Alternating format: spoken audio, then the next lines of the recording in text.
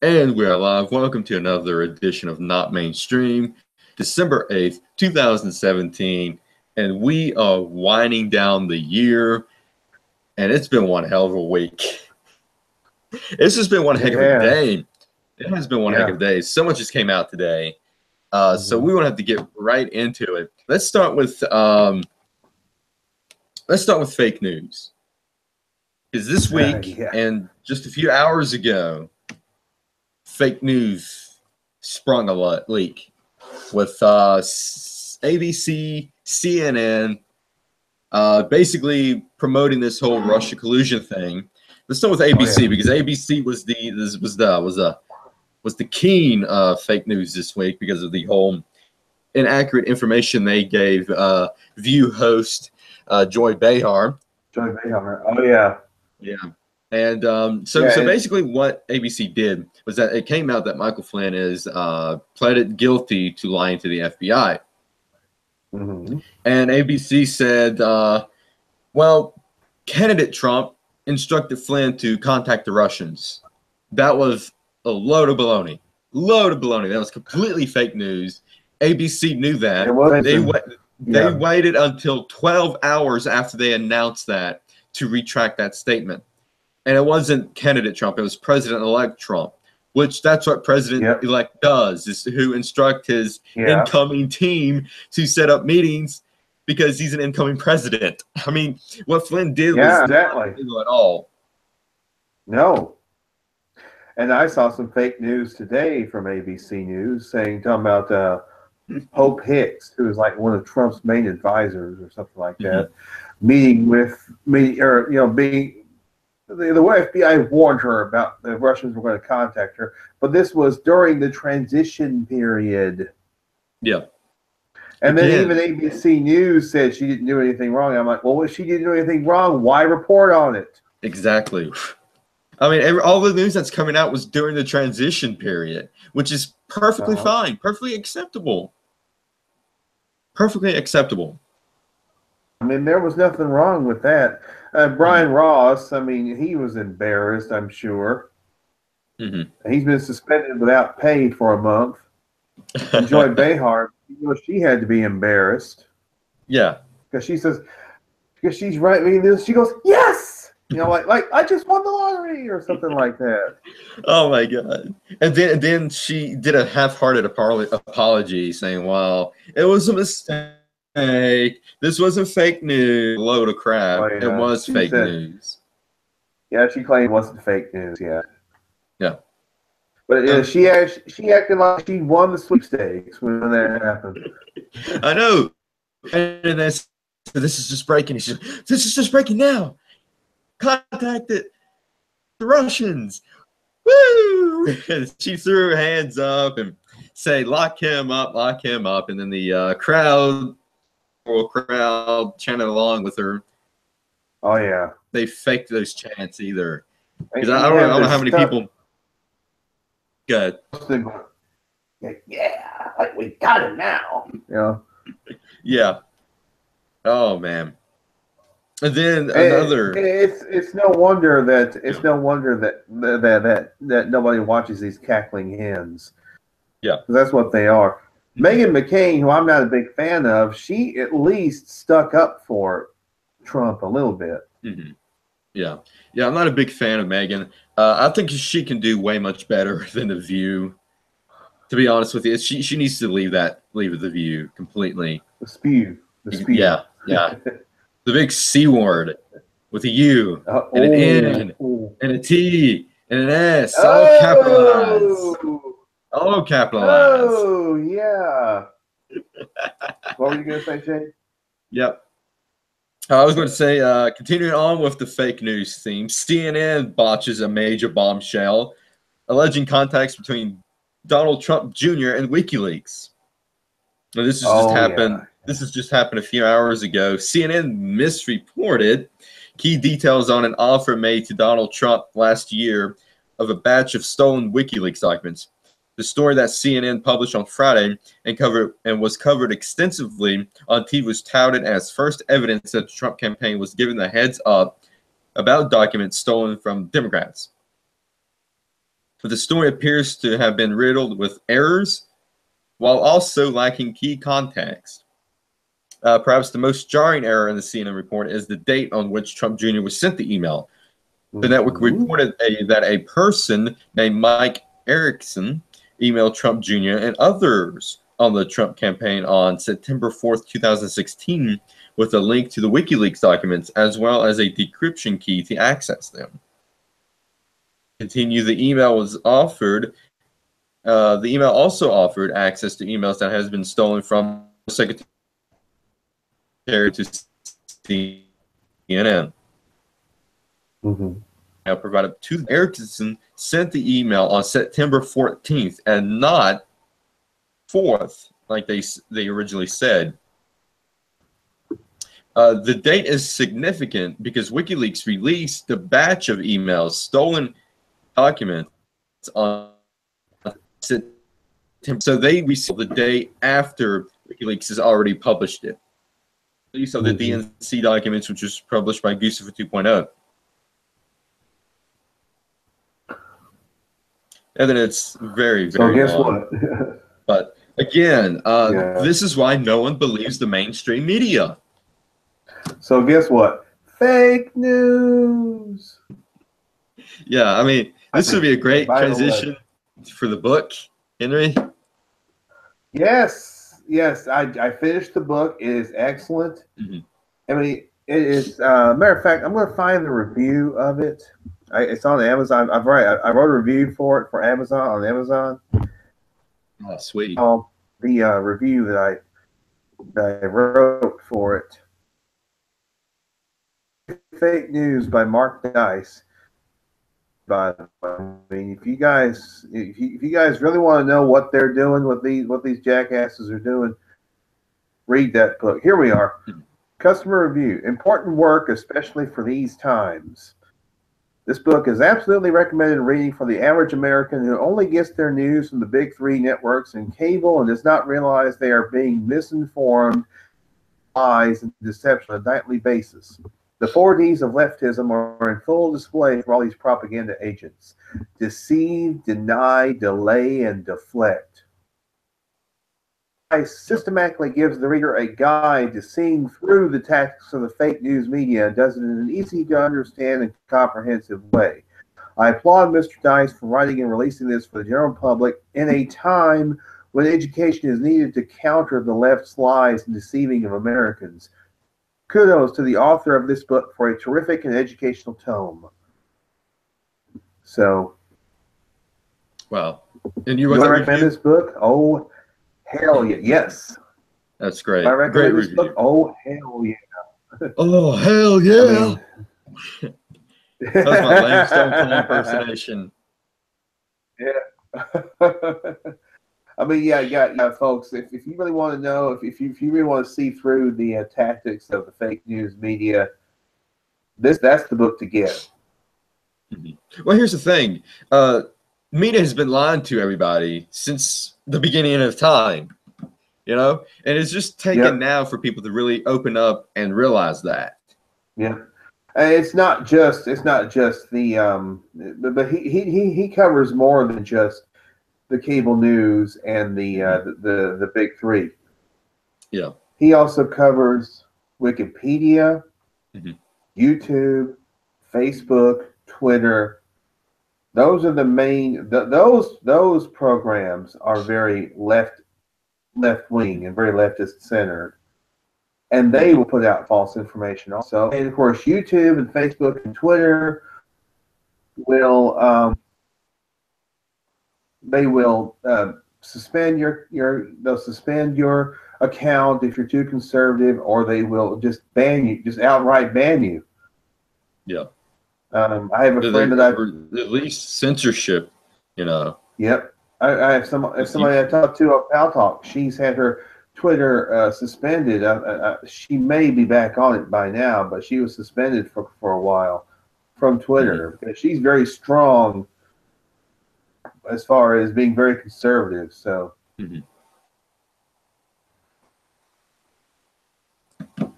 so be careful if you're on Twitter or Facebook or YouTube. You don't want to say anything too conservative, or they'll outright they'll absolutely suspend or ban you. Let's see here. So go ahead.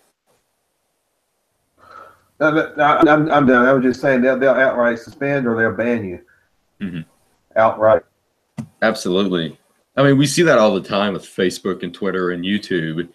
And then, I mean, sites like vid.me, they're closing down for some reason.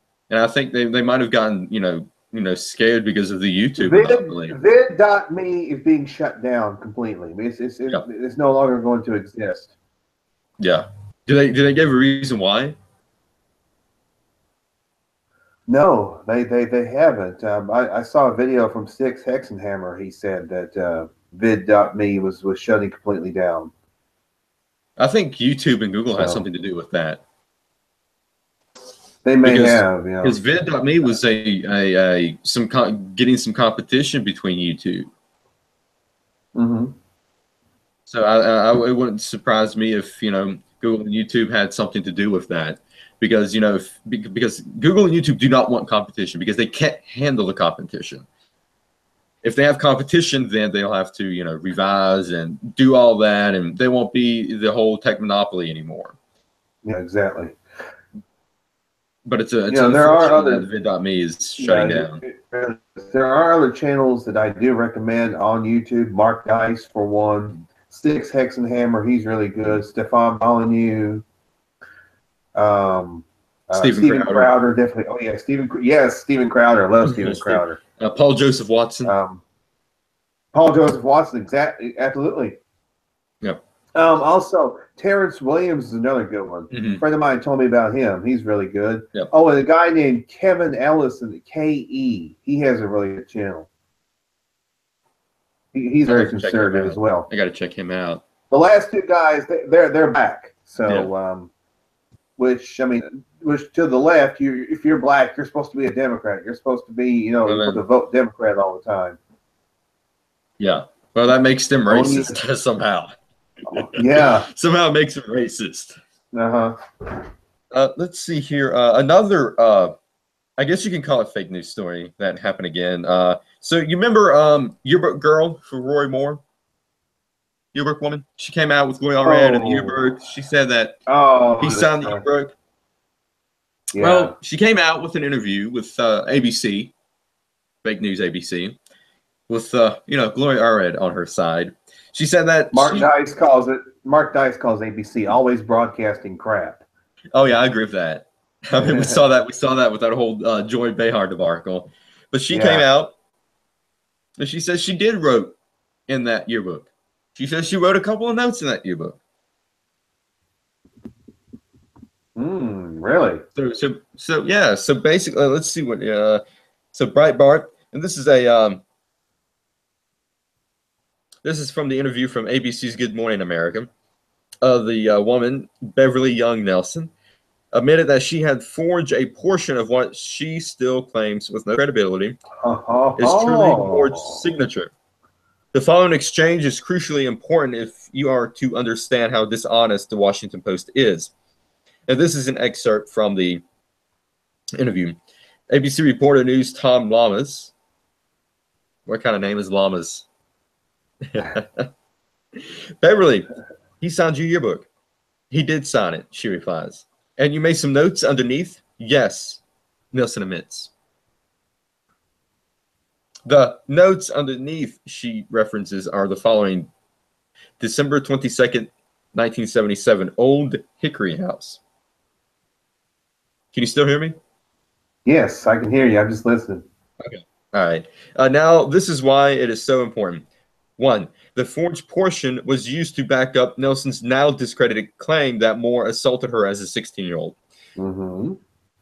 2, this forged portion, and you are not going to believe this, is the specific part of the inscription in the Washington Post's handwriting expert examined. Now, anyone with a half a brain and even a dollop of an intellectual honesty knows that this portion of the inscription did not match the rest. Moore denies writing any of it. I said so 2 weeks ago, but here's the bumps the Bump's former FBI agent, reassuring the public. Looking at the yearbook entry, Songer said, it looks pretty spontaneously prepared. That is, it doesn't look like the writer stopped and restarted, as though someone were tentative in writing, perhaps. They were trying to imitate another writer. It looks very fluid. I don't see any indications of unnatural writing. The writing seems consistent with one writer, he added. So, he pointed out, yeah.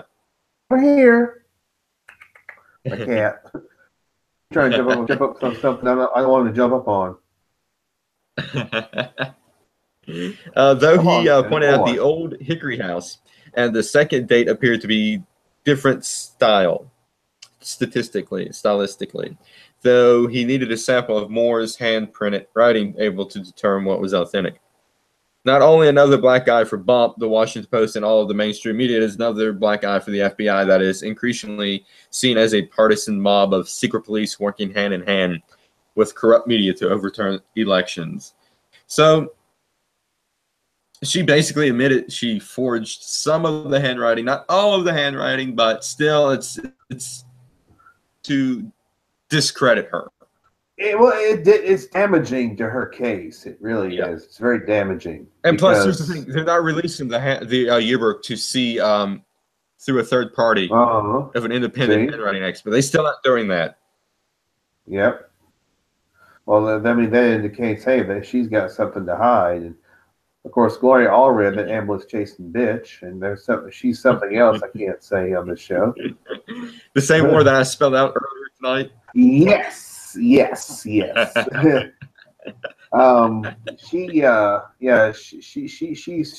She's always taking up for these leftist causes, and who make claims and then they lie. Here's the thing: the election's coming up this Tuesday, and I think Roy Moore has a really good chance of winning it. Yeah, I do too. But here's the thing: they came out with this story during Friday. You know, Dead News Friday, basically you can call it. That's going to be overshadowed. Today is when they do all the dumps. Sometimes they do news dumps on Fridays. That's what they do, right before the weekend. Yeah. And so that's going to overshadow it. And if I had to predict, something's going to come out Monday, the day before the election, on Roy Moore, because that's how usually this stuff works.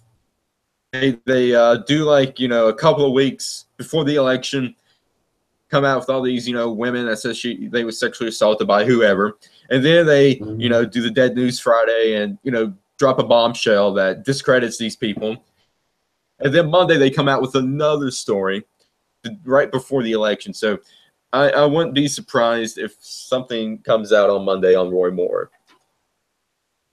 Wouldn't shock me either. I wouldn't be shocked. I wouldn't be personally shocked either, because that's the day right before the election. Yeah, because that's how that's how the playbook usually works. You know. Yep. But I think it's safe to say that this original claimant, I think her story is pretty well dead in the water. Yeah, I think most of them are. And then she claims that she voted for Trump. I kind of find that hard to believe.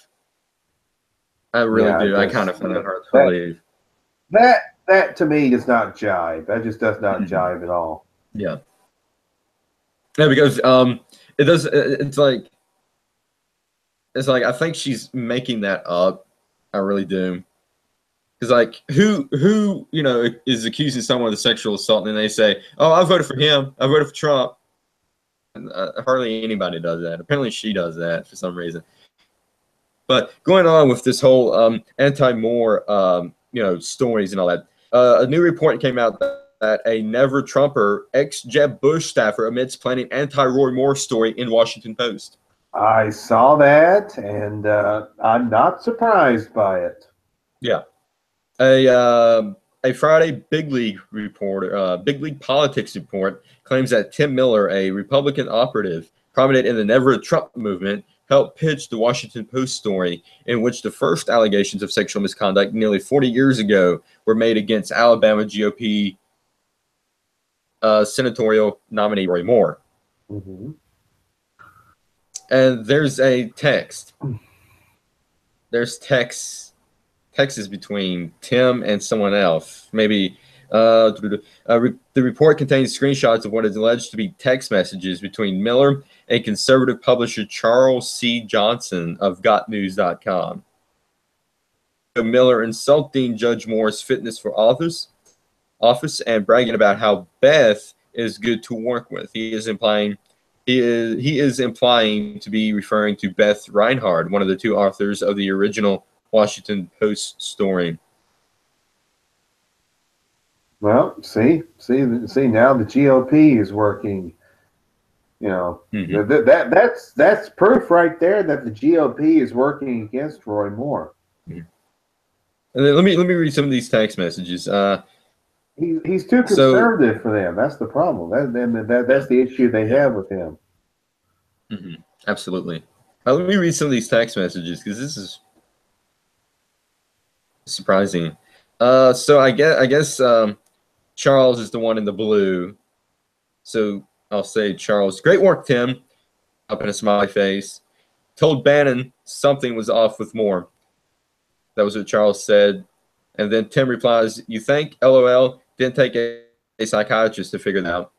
And then he replied, and then Charles replies, "And I told you that singer." Then Tim replies with a monkey face, with that, and then he says, "Might have not been totally candid on that." And then I guess he asked him where he's at or something. He says he's sitting in a bar in Mexico. Yeah. And then Charles replies, "LOL. Can't wait to see what you guys have coming." And then Charles replies, "You think Moore drops out?" And then Tim says, "No, he's a stubborn mural and a Trump survive AH." I don't know what AH means. Charles replies, "Why didn't you guys?" Trump survive, probably. Trump survive, asshole. Yeah. I guess it's possible. That may be what that stands for. So. Yeah. Then Charles replies, "Why didn't you guys do it earlier?" And then Tim replied, "Stumble on it, then snowballed." Charles says he thinks he wins. And then Tim replies, "Same." And then, shockingly enough, not surprising, Charles said, "Nice touch having the feminist writers do it." And then Tim said, "Beth is good to go. Didn't know the other girl, actually." And then Charles replies, "Man, what fun. I think Blackburn is going down next." I think that's probably referring to Marsha Blackburn. Possible. Who is a senator from Tennessee, the only conservative senator from Tennessee. Mm-hmm. Certainly not Bob Corker, I can tell you that. Yeah. So, well, this Charles, he sounds like another never Trumper. So I think he probably is. It wouldn't surprise me. Charles C. Johnson of GotNews.com. That sounds like definitely sounds like a never Trumper. Mm-hmm. And then Tim Miller, he posted on his Twitter back in November 21st that he just donated to a Democrat for the first time in his life. If any of y'all wants to do so as well, enough is enough. Doug Jones for Senate. So he basically donated for Doug Jones. And then not only that, Jeff Flake donated to Doug Jones as well. Jeff Flake? Oh, that Jeff asshole? Fake, yeah. Yeah, Jeff Flake. He is a fake. He's a fraud. He's a flake and he's a fake. He's both. Fake the flake or flake the fake. Hey, Lel, how's it going? Yeah. I'm doing all right. How are you guys? Oh, she can hear you. She can hear us. No, she can hear us there at first. Okay. Yeah, we're okay. I'm enjoying my gift, by the way, Leo. Did either one of you see the post I put up last night about 11 o'clock? I might have missed that. No, I'll have to look. About 11. I usually am in bed by 9:30, 10. But last night I had a big day and I had a little energy. And I got a pool table, so I was playing music and shooting pool by myself. And about 11 o'clock, my 14-year-old son came out and said, "Mom, do you mind cutting the music down a little bit? I'm trying to sleep." Oh, yeah, I did see that. Yeah, I saw and he that. likes air economy. He likes old classic music, but it was time for him. He was trying to go to sleep. "Mom, can you cut the music down?"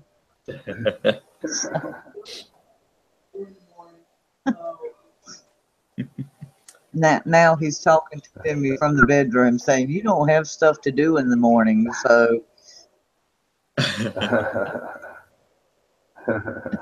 I've told him, I went my 13 years. Mm-hmm.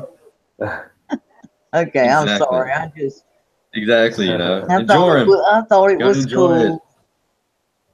Yeah. Oh, I do. Lale, we were. But before you got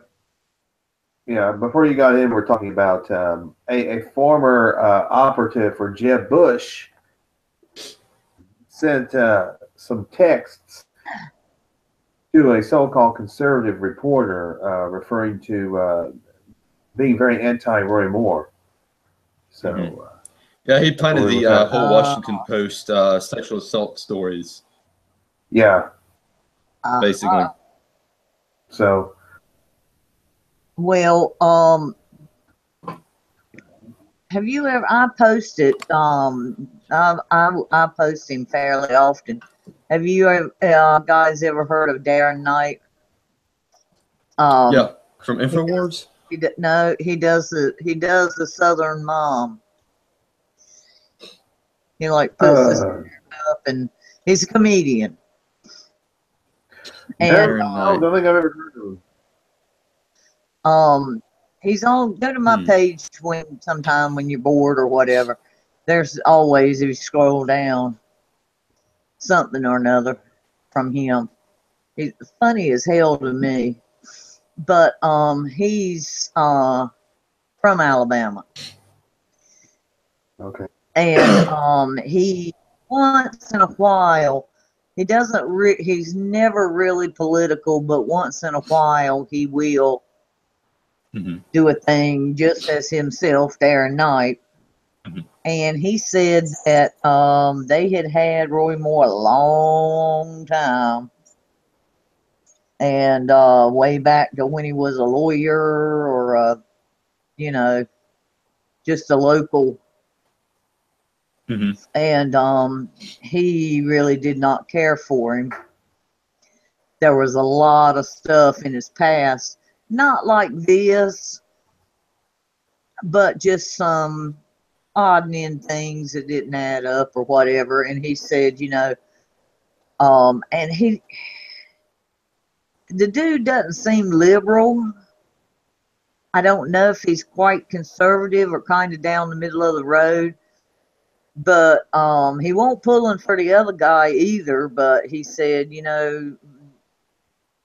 had been with Roy Moore in Alabama 20 years or a long time, so to speak. And he didn't really care for him, but do whatever whoever thinks. I still think Roy Moore be ahead of the other. Yeah, I agree with that. All these politicians and these political figures, they have skeletons in their closets. No question about that. I mean, yeah, we've seen things come out about some of these individuals, and we'll definitely get into that when we talk about Al Franken and John Connors. And that's on both sides, by the way. I'm not just picking on Democrats. I'm talking about Republicans. I've also had. Yeah. It just seems like the Democrats get caught more often. Yeah. I mean, there's a Republican congressman right now who I think is resigning or has resigned. Oh, is that the one where he was talking about him trying to find a surrogate? That one, yes, there's that one. But personally, I don't see anything wrong with that. Yeah, I don't see anything wrong with that. No, that's not sexual harassment. No, it's not. Now, maybe the women felt uncomfortable. I would feel weird if somebody came and asked me to have a baby for them. Mm-hmm. But that's not, unless he beat a dead horse over it. You know, if he asked a time or two and said, "Would you think about it?" and they said, you know, "No, I don't care to do it," and that was the end, and that's not. Asking someone to be a surrogate for you and your wife, that's not sexual harassment. No, I don't. Yeah, no, I don't if he said, "Hey, can I?" Go ahead, Henry. Hey, can we have? If he says something like, "Can we have sex?" I can see that if he said, "Yeah, you and I should have sex." No, he didn't say that. If you use the word, he said, "No." If you use the word surrogate, then you would assume artificial insemination. So that would not be anything. There won't be any sexual contact of any sort whatsoever. No. All he'll do is beat off in a cup or beat off in a petri. And I can see maybe the woman in question would be more confident. Well, I'm glad you say cup and not fire pump. Ask. But I said what now, Shane? A cup and now a what? I said I'm glad you said cup and not flower pot. Oh, okay. Oh God, I don't know. Harvey Weinstein. Harvey Weinstein. Right. Oh my Lord. Yes. There we go. All right, go ahead. Well, let's just be honest. I mean that's what artificial insemination entails. Yes, it does. But I don't see that as harassment or no, I don't think so either. But see, this right here is it's gotten to the point where people like that doesn't know, and they keep on using sex as a weapon. The left does, and it's people like that. They're like, oh well, should I do this? Should I not do that? Or anything like that. Should I say this? Well, can I say that? Am I allowed to say this? I think it's a mistake for this particular step now or senator. Yeah. No, wait a minute. That's Trent Franks. That's who that is. Isn't it? Isn't that who it is? Yeah. Trent Franks is a senator. Asking for the surrogate? Yeah, that's the guy. Yeah, I think it was his name. But there's another one who is he's stepping down also. But there's another one I believe who's also been accused and made a settlement with one of his accusers. And he's Republican, and he's stepping down. The older black gentleman has resigned. John Connors. He's resigned. He's retiring. He wants his son to take. He wants his son to take his place. And from what I've heard about his son, that would definitely not be an improvement. Yeah, his son was, I guess, a major rapper back in the day, and he had lyrics that "My dad's a pimp" and all that. So basically, he rapped about his own dad's sexual misconducts. See. Well, does the son have the education? Is he a lawyer? Does he have any education, a college degree? I have no clue. In government or anything of that? I have no clue whatsoever. I have no idea. But, this would be a good time to go ahead and segue into the Franken, Conyers, this other guy. Yeah, absolutely. So John Connors, he resigned, or he said he's retiring. I think he also claimed it's not because of the sexual misconduct or the sexual allegations against him. That's what I've heard also. Is that what he basically said? It's not because of that. It's because, you know, I'm getting up there in age and getting older. I have now. Didn't we discuss this last week? Yeah, but there's more. There's more. Didn't he go in? Yeah, he had to go to the hospital for something. Yeah. Yeah, well, the man's 88 years old. Yeah. Shoot. I mean, there should be. Listen, you know, I've long argued there should be term limits. There absolutely should be. Yeah, absolutely. Do at least like a 10-year term limit or something like that. I mean, Robert Byrd was about 90 years old when he finally. I mean, he basically died in office. He did. He did. Yeah. Yeah. But I mean, the man was almost. Go ahead. The man was almost 90 years old. Who was this? The one there from was North Carolina. I think, from North Carolina had been up there for 100 years. Was it? Oh. And I can't think. I can't think of it right at this moment, and I know it as good as my own because my whole life he was up there. Yeah. Let's see here. It wasn't Jesse Helm. Strom Thurmond. That was the guy. Strom Thurmond. Strom Thurmond. That's the one. Yep, he's the one. Yep. He was the one. He was up there, you know, 100 years. In years, and he was still serving when you know. Thurmond, that's the one. Mm-hmm. And so John Connors retired or resigned, however you want to put it. And he said, well, I'm going to endorse my son. Hopefully the people of, is that Michigan? Hopefully the people of Michigan, when I vote his son in, hopefully they're a little bit wiser than that. Mm-hmm. I agree. Well, at least we got rid of a few. And then let's get to good old Al Franken. Old Senator Gropey. I have never liked him. I didn't like him in the 70s on Saturday Night Live. I have never liked him. Yeah. Never. Now he is stepping down, but he's actually going to stick around. I'm not sure if he's going to stick around to see if Moore is elected, or if he's just going to stick around to the end of this session.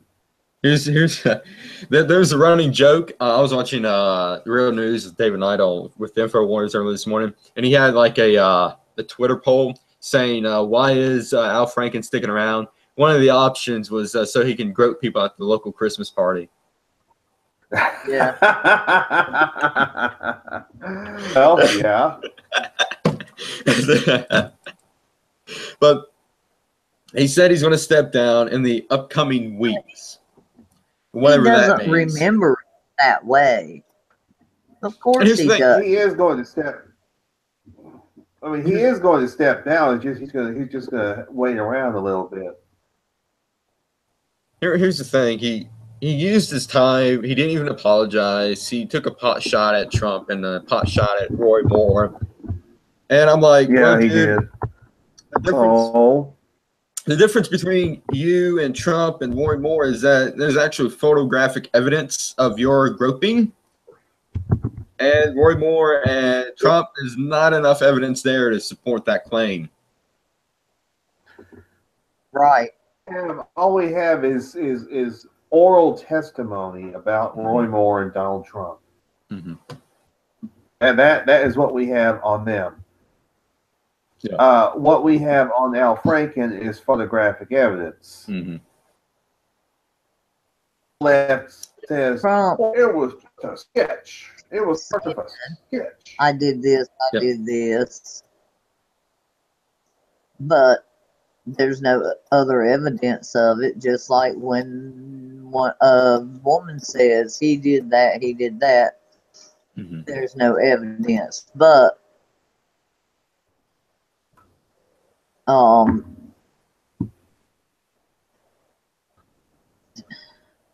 never mind. Franken really has no. He does not have the patent on moral authority. Yeah. You know, for him to take pot shots at Trump and at Roy Moore, on his way out is just very classless and very tacky. It really is, considering what he has done, what there is photographic evidence of him doing. Yeah. So, you know, he's, I mean, it's very hypocritical, of course, but then again, that's the left. They work in hypocrisy. Yeah, absolutely. Yeah, they do. So what does Al Franken mean by in a couple of weeks? Well, so once again, is he going to finish out the term and then at the first of the year resign? That's probably what he's going to do. He's going to wait to see if Roy Moore is elected. Well, you know, Al, I don't know why you're waiting around for that, because it's essentially, I mean, it's pretty well a done deal. It sounds like Moore. Bad news for Al Franken. Roy Moore will get elected unless they screw him over. That's the only possible. That's the only way that they can stop Roy Moore, is by screwing him. Is by rigging the election. Yep. That's the only way. Yeah, I agree. That is about the only way. Yeah. They're always rigging any election they get their hands on. You know that. Any election that comes around. And by the way, Al, don't let the door hit you. No, wait. Don't let the door hit you in the ass on the way out. Let the door grope his ass on the way out. I'm so tired of looking at him. I never liked that asshole. I mean, plus he wrote. I've said this before, and I'm going to keep saying it. Saturday Night Live. He wrote a skit for Saturday Night Live, which basically that Todd Palin was having a sexual relationship, an incestuous relationship with his daughter. Yeah. Yeah. Yeah. So I say, fuck you. Yeah. Yeah, absolutely. I mean, his comedy is more, you know, geared towards the incest and sex harassment and all that nonsense. That's why I say, Al Franken, you should go and make Stewart Gropes the World. Come on, we need that sequel. We need the sequel to the Stewart Saves the World. Stewart Gropes the World. Okay. I found the other representative is representative from Texas, Blake Farenthold. His former aide accused him of sexual harassment in December of 2014. His communications director, she was fired in July of that year. Accuses Farenthold of making sexually charged statements toward her and engaging in off-color behavior. Is probably going to, let's see, he settled with a lawsuit. There was a lawsuit, and it was settled. So I think there's a good chance he actually did do something. Then there's Ruben Kilwin from the 25-year-old woman who worked on his 2016 campaign has accused him of repeated unwanted sexual advances. Apparently, he touched her thighs twice without consent. She didn't know what to do with her complaint, didn't feel comfortable bringing it to the campaign's leadership, so she quit the campaign. So, and even Nancy Pelosi has said he should resign. He's a Democrat, but they're saying he should resign. So, those are the ones. Those are the main ones right now. I mean, of course, Franken is stepping down. Conyers is stepping down. I believe Farenthold is probably stepping down also. So that is the list of individuals who've had accusations against them. Well, but of course, with Al Franken, he did it. And plus the fact that John Conyers and this Farenthold would have a settlement. You know, why settle if you're not guilty? Yeah. hush it up. There you go. Exactly. Stop it.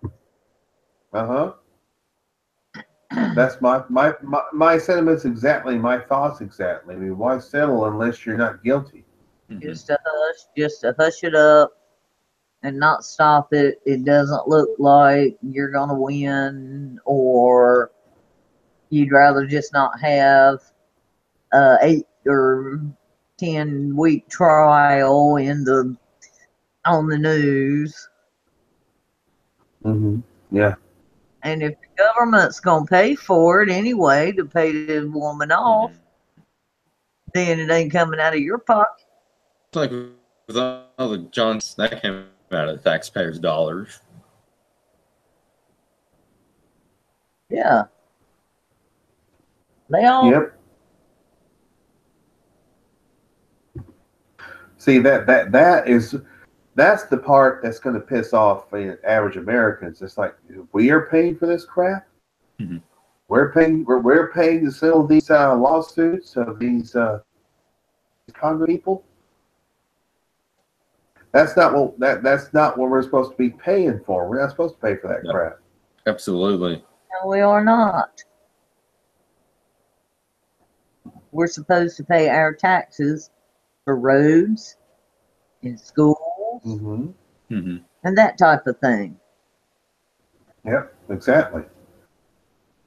But yeah, I mean, yeah. That's why I say, if there is sexual misconduct on both sides, like I say, I'm not favoring one or the other.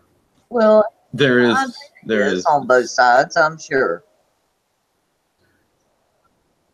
Because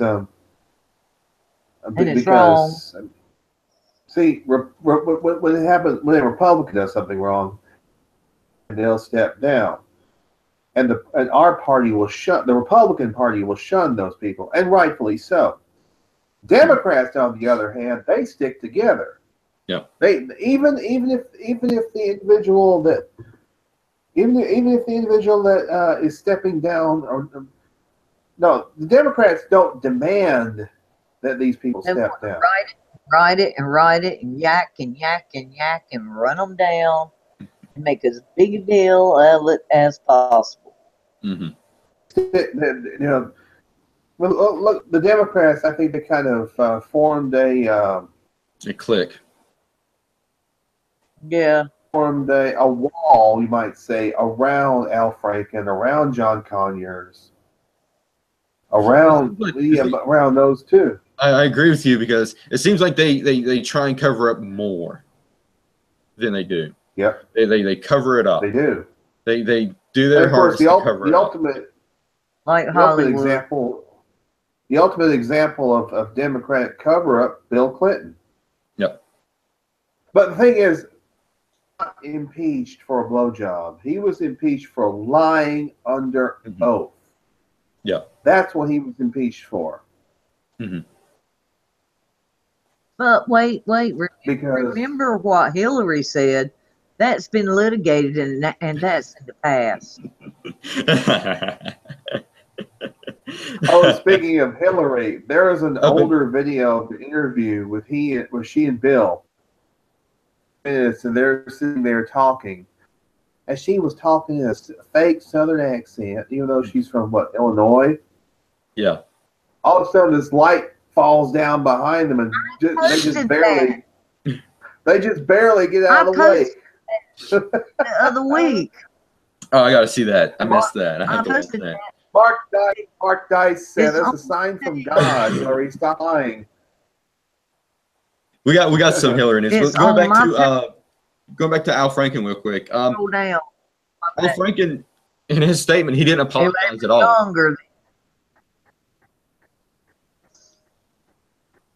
Al Franken, in his if you apologize, he didn't apologize. You did something wrong. Yeah. So of course you don't apologize. Well, he admitted he quote unquote admitted wrongdoing a few weeks ago, but he didn't really apologize for it. And it seems to me as if he's still not apologizing for it. From what I've heard, he just said, maybe he said, I'm sorry for how they feel or something. Yeah, right, yeah. But I don't remember it that way.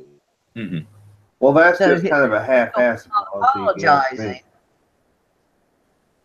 You know, I'm sorry if you think I tricked you, but I didn't.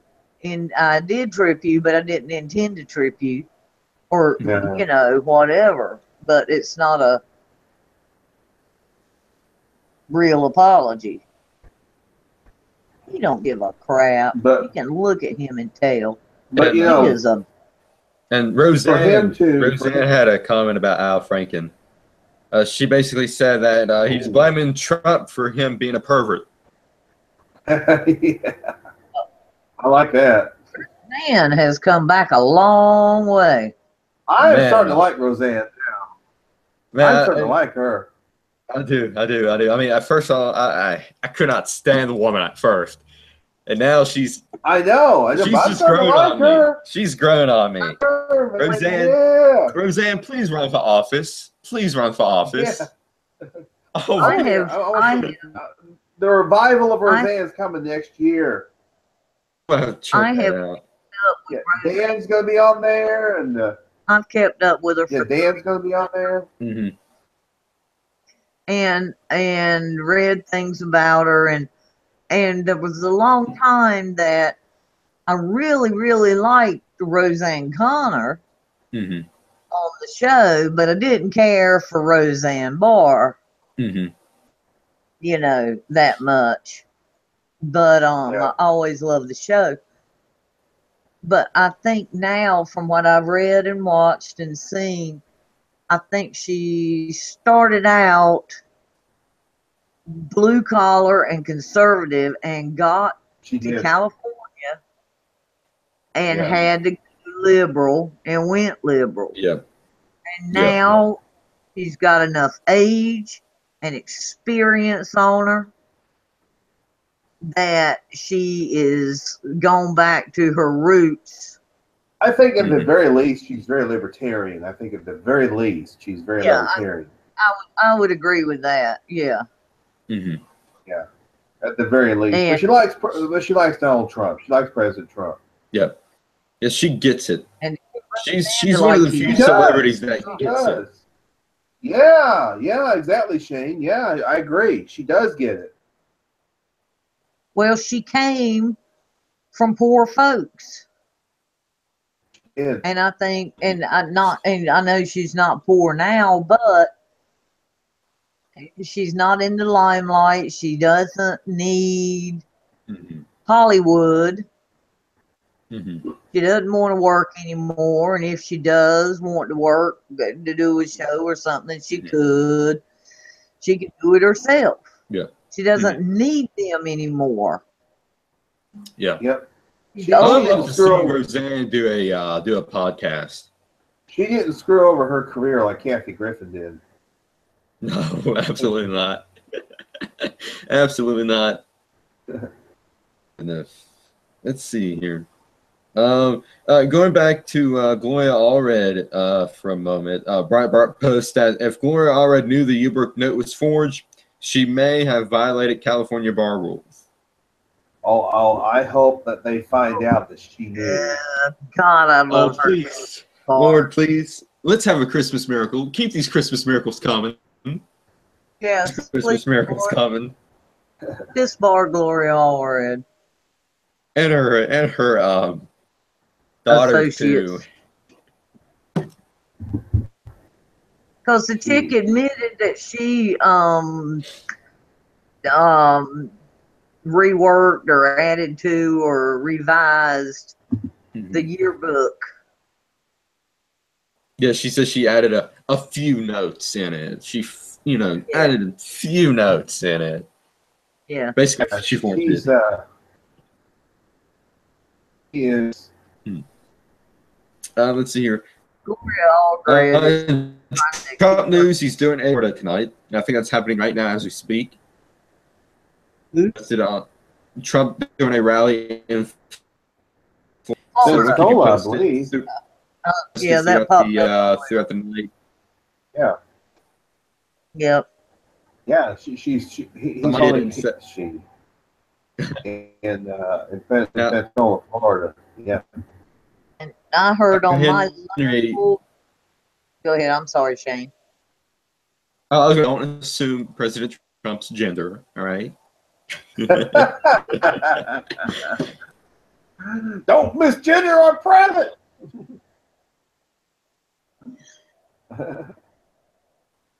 Go ahead, Lyle. I saw on my local news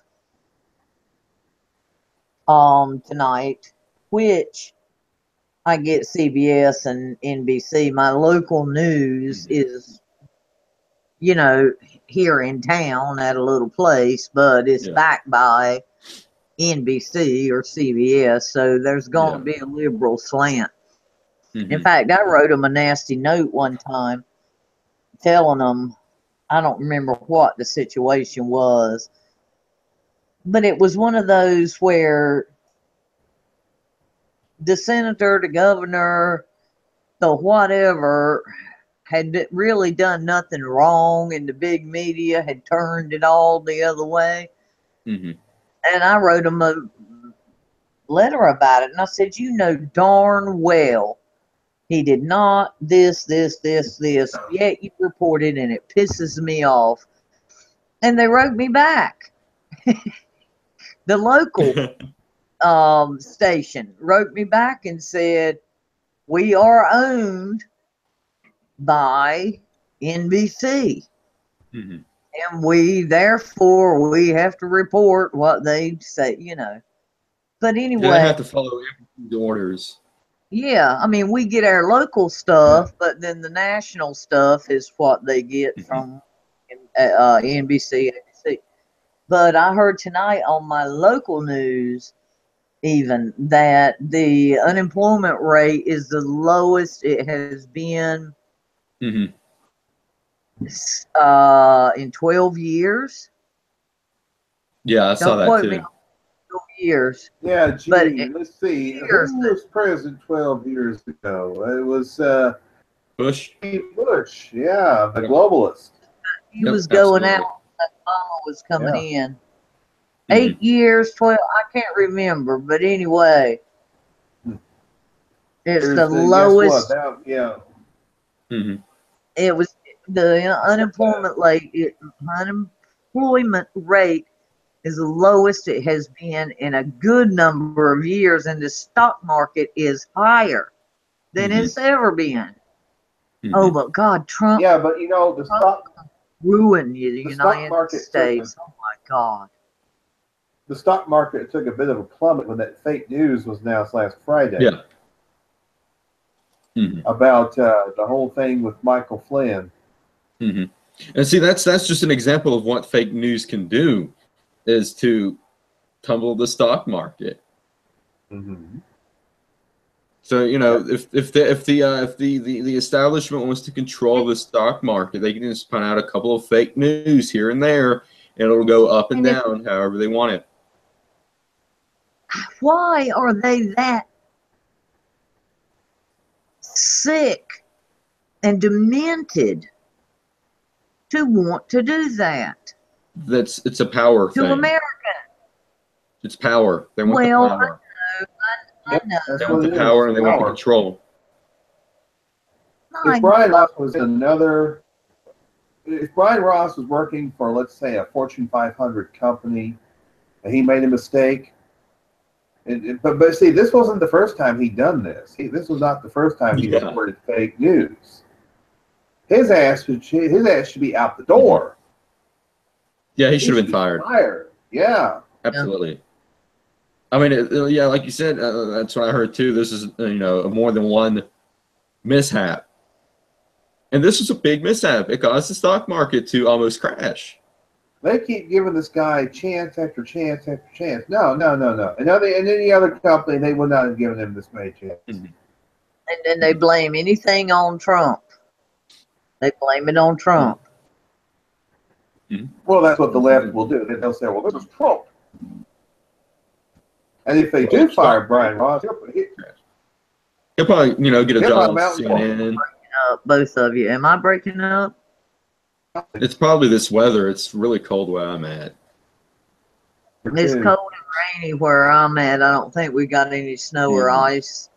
I don't know if we'll get any. Like I was telling Shane, we got snow south of us. It snowed way south of us. And it's supposed to snow here tonight and throughout the weekend too.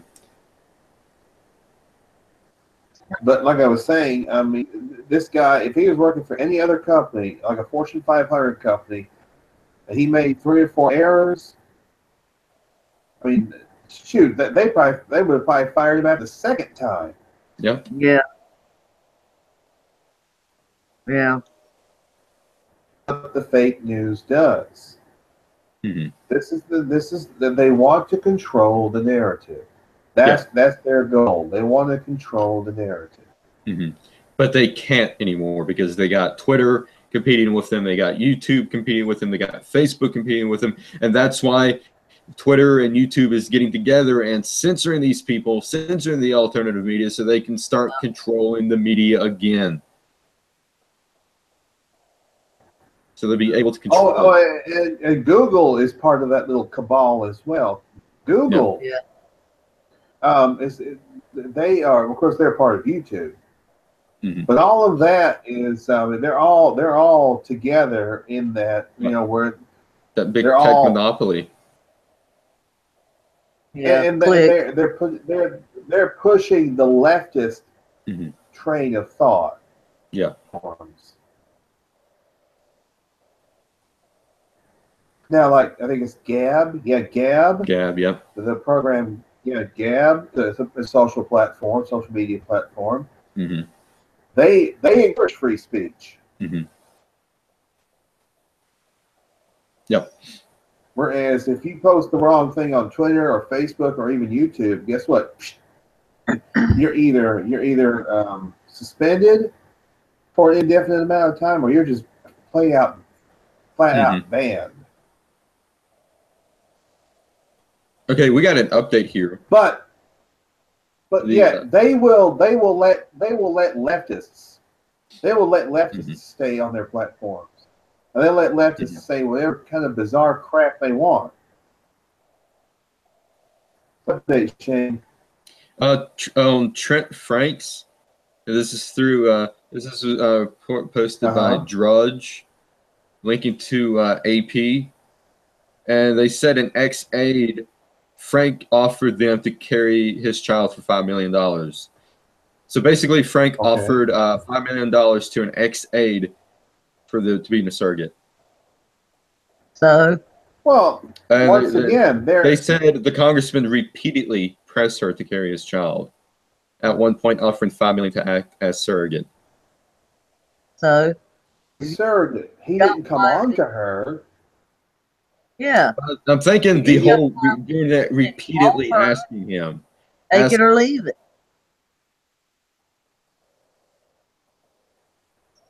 What dicks? Well,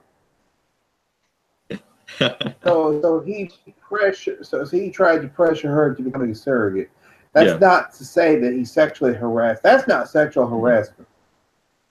No, it's harassment, but it's not sexually harassment. The harassment if he bothered her over and over and over and over and over and over again. And apparently that's what they said.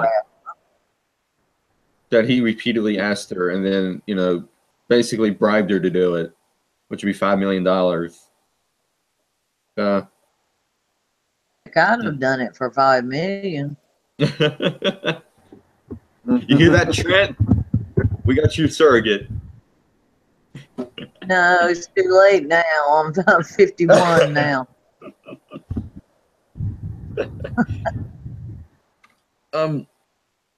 And I also have a problem getting pregnant. In 51 years, I had one child.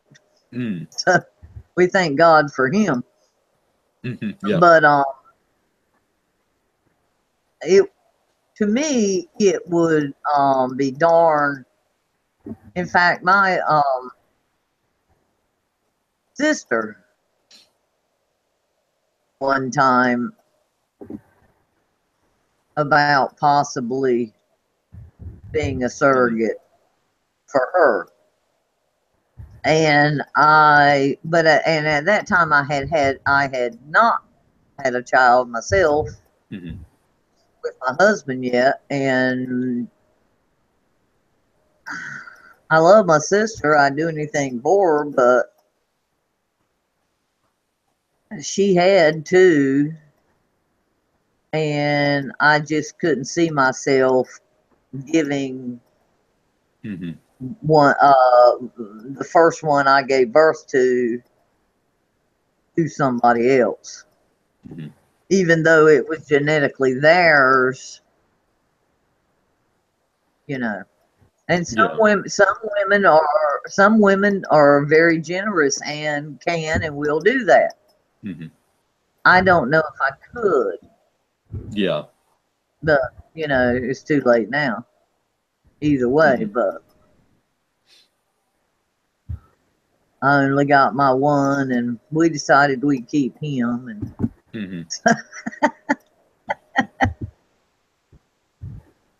anyway, let's see here. I don't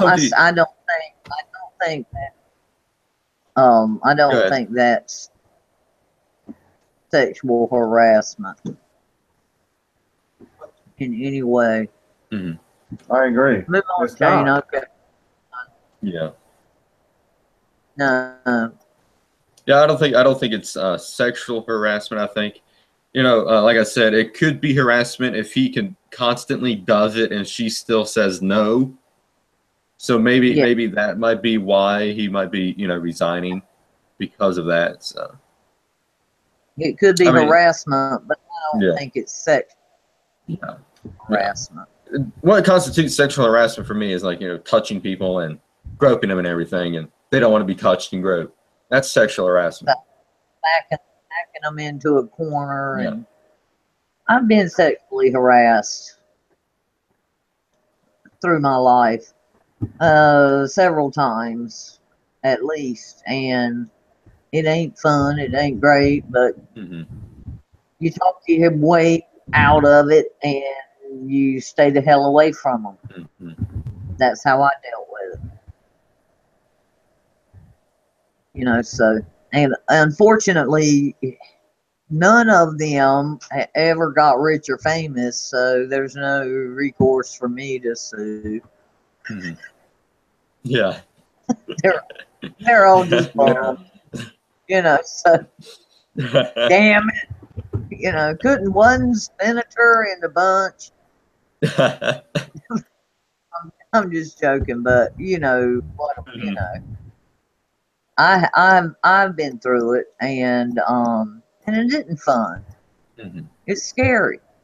It's real scary. Yeah. Yeah, all right. It is. It really is. All right, let's continue on with something that you probably won't hear in the mainstream media. Bernie Sanders' wife is still under the FBI investigation, and witnesses has been recently questioned, and this is from Fox News. They said that the federal investigation launched into 2016 into a possible bank fraud by Jane Sanders, wife of U.S. Bernie Sanders, is still underway with a potential grand jury review possible. Sanders' 2020 presidential ambitions, as well as the Vermont political plans of Jane Sanders' daughter, Karina Discroll. Individuals questioned by the FBI confirmed to Fox News that the investigation was still open, with FBI agents interviewing at least one witness within the last 6 weeks. Jane Sanders is under investigation following a land deal she clinched when she was president of the Burlington College in Vermont in 2010. In order to expand the college, Sanders sought to obtain a tract of land from a Roman Catholic parish. She secured a $6.7 million loan from a bank and a $3.6 million loan from the parish from which she planned to purchase the property.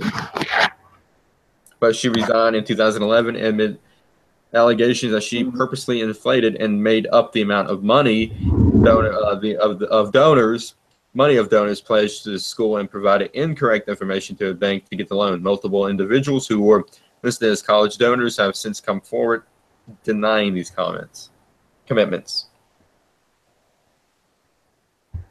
Yeah, so let's hope and pray there's some justice in that, and Bernie Sanders' wife gets what's coming to her. My God. Yeah. Let's go to the big news that happened this week, which was President Trump's announcement of giving Jerusalem as Israel's capital and moving the U.S. embassy into Jerusalem. And Lel, you want to talk about this? Is there something you want to discuss? Well, I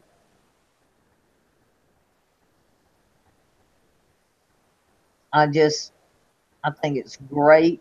We need to back Jerusalem. We need to back the Jews. We need to back Israel. And Obama, as we all know now, is a Muslim and wanted to destroy Israel and the Jewish population. And I think it's super. I think it's great. I think Israel is special. In fact, my name, Lael, is a Jewish name. And what better way to do this is, during the Christmas and Hanukkah season. Exactly.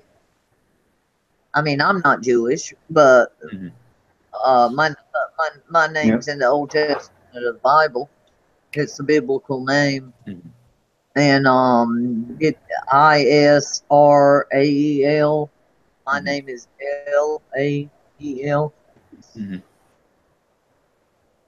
Israel Lael. But I just think it's great. We need to support them and help them all we can. I wouldn't, of course, I don't live there, and it's really not my business because I don't live there, but I really don't mind the Palestinians and the Jewish people sharing, because they both feel it's their ground. But if you can't share nicely, and it's like it was it Netanyahu? Yep.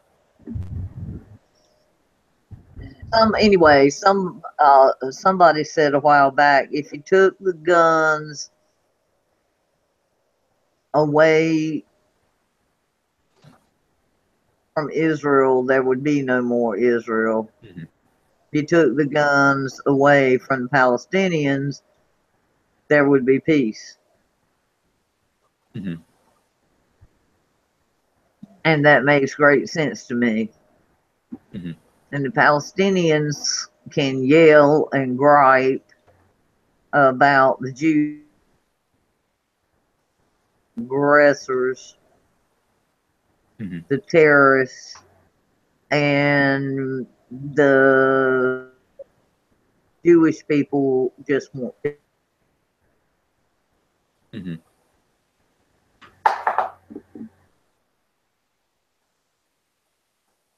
Yep. Yeah. So, and also not only that, that's how. Well, the president is basically telling the world, "Hey, screw you! I'm going to do this because Jerusalem should be capital."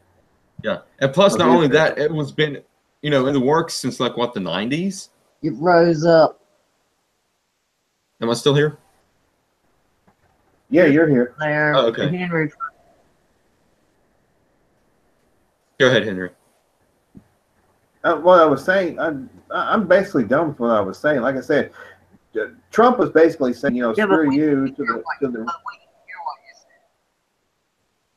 Do what? We're having some technical difficulties tonight. How Google overlords doesn't like us. It might be the house. Okay. All right, go ahead, Henry. Yeah. Say it again. Well, like I said, you know, say it one more time. Third time's the charm.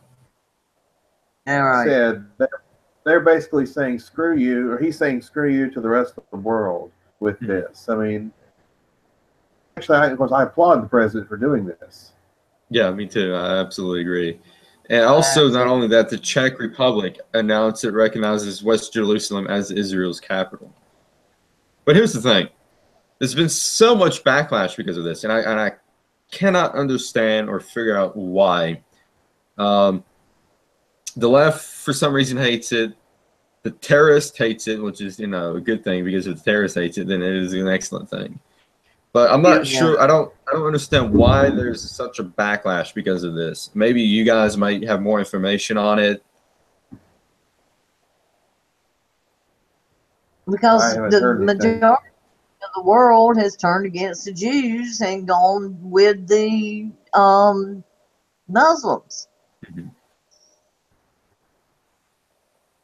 Mm-hmm.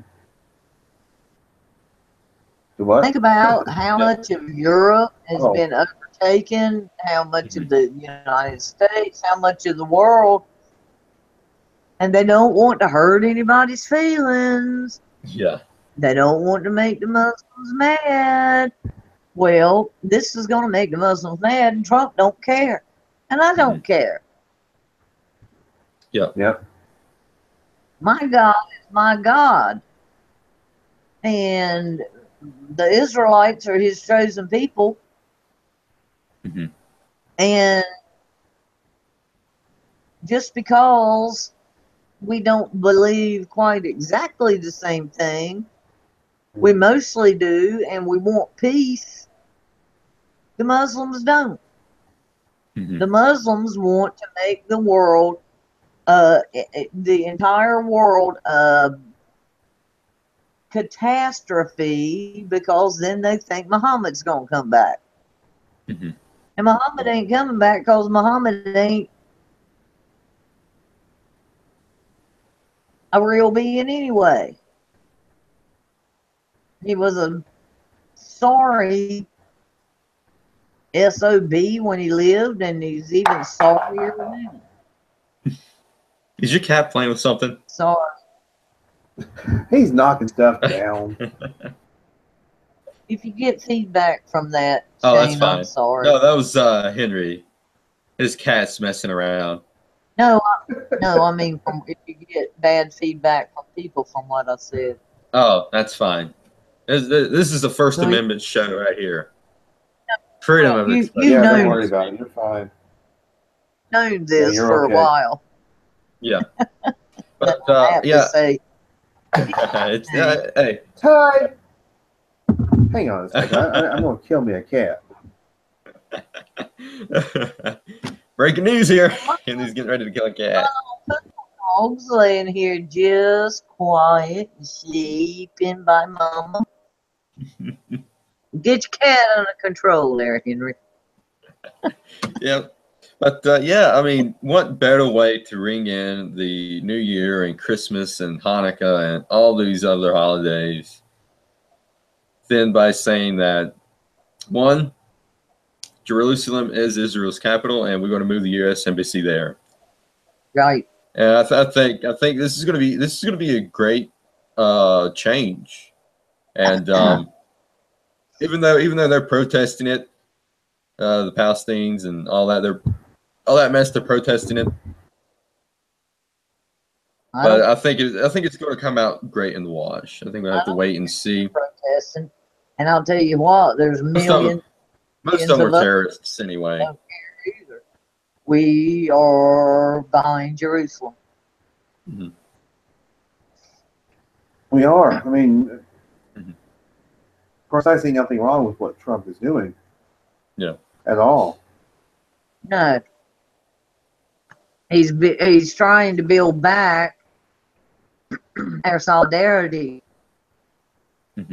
with them, and we need that solidarity. That Obama had tried we absolutely do. Yes, in 8 years to bust wide open and do away with. Yep.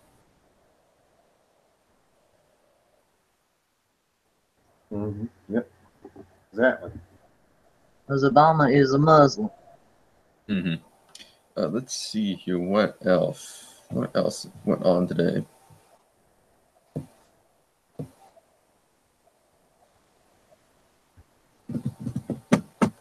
Trying to think. The Trump rave reviews at his rally tonight. So it's been a while. It's been a while since we saw a rally with Trump.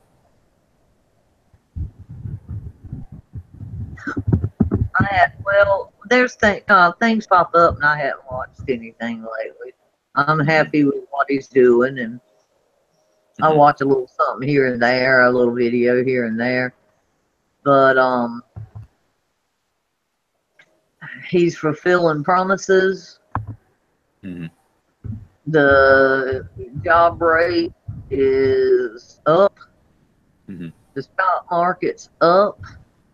Yep. And he's letting North Korea know they better not miss a step, or he's gonna let them have it. He's taking care of Jerusalem. He's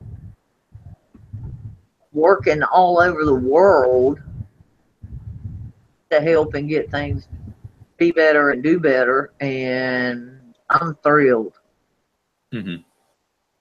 Let's get into some, depending on where you lie, some horrific news, good news, bad news. The California wildfires, it seems like they're not stopping anytime soon. God. Right, yeah, just declared horrible disaster. Yeah, absolutely. Declared an emergency, state of emergency in California because of these wildfires.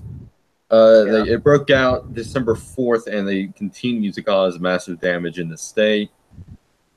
FEMA is there now to identify, mobilize, and provide at its discretion equipment and resources necessary to elevate the impacts of the emergency. Hopefully they can get these fires under control. I mean, this is nothing new. There's been, constant wildfires up in California throughout the summer as well. For years.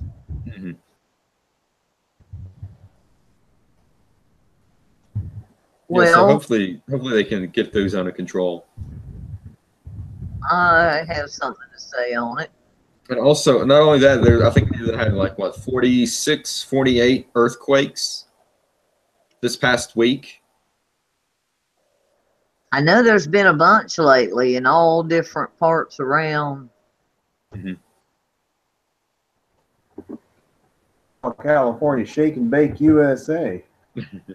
Is those earthquakes part of Lex Luthor's plan? Is he finally committing to that plan? Yeah. I love freaking Gene Hackman in Superman. He was great. But go ahead, Lel. You said you wanted to say something about this. Remember when the hurricanes come through? I guess last summer came through the Gulf. Yeah. Florida and the Gulf of Mexico, the Louisiana and the Gulf. And some of the more big mouth Democrats stood up and yelled that was God's punishment to them for voting for Trump. Well, how come we have wildfires in California? Who didn't vote for Trump. It's Trump's fault.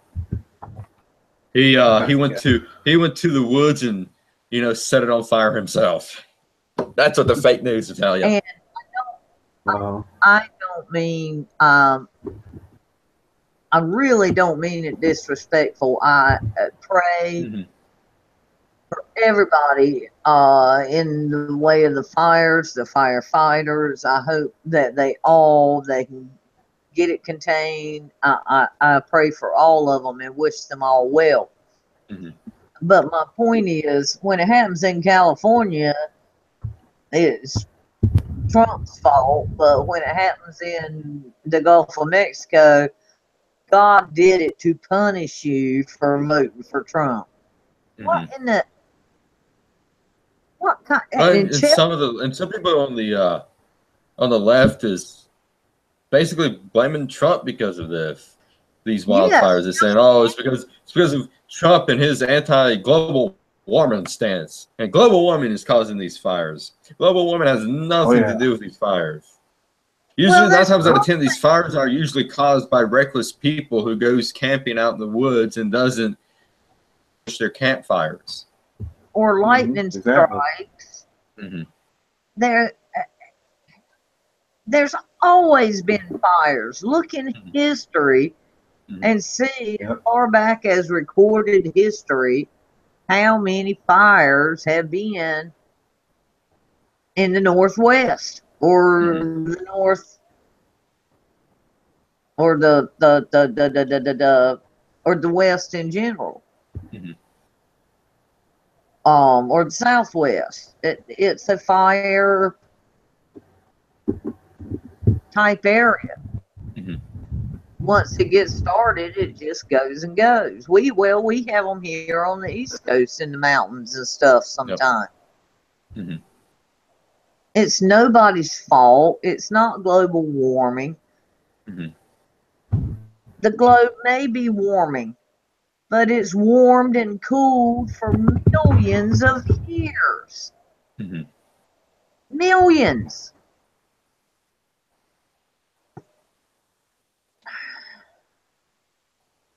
I have a topic. What's up with these flat earth people? I have no clue. Should we get into that tonight? Let's talk about flat earthers. It's been proven since the 18th century that the earth is round. Well, here's the thing. The earth is not completely round. It's like more of an oval kind of shape. It's not but it's not flat either. It's exactly. It's like an oval shape, more like an egg, I guess you can call it. Yeah. But it is. It's not a perfect sphere. Who are these people that now in 2017 have come to the conclusion that the earth is flat? I don't know. Can we get if anyone is watching this and is a flat earther, I would love to invite you on and talk of the earth from space. Yeah. So how is it? Yeah.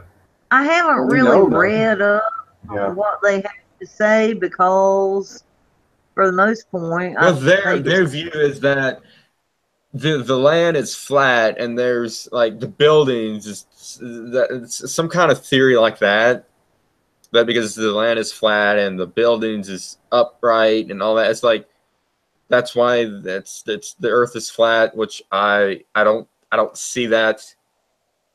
I mean, if the earth was flat, then the water would just run off into outer space somewhere. How would the moon and the planets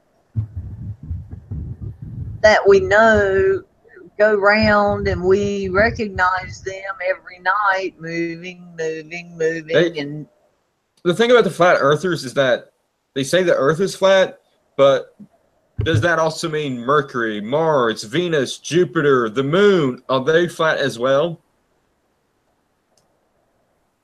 Or is it just the Earth? Is the sun flat? So many questions. I don't know, but and maybe I'll grow into a little old lady saying the Earth is round, and everybody else will be saying, "No, Granny, the Earth is flat." Like 300 years ago when everybody thought it was flat. I mean, as much as people, shoot on Christopher Columbus, he proved that the Earth was round. Yep, that's true. Yeah.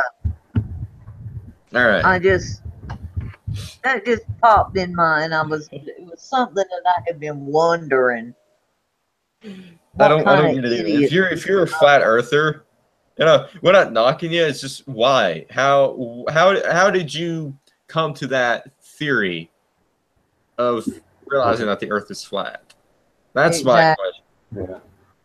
Exactly. All right, what we got next? Let's see here. Let me go to the see what's on the Twitter sphere tonight.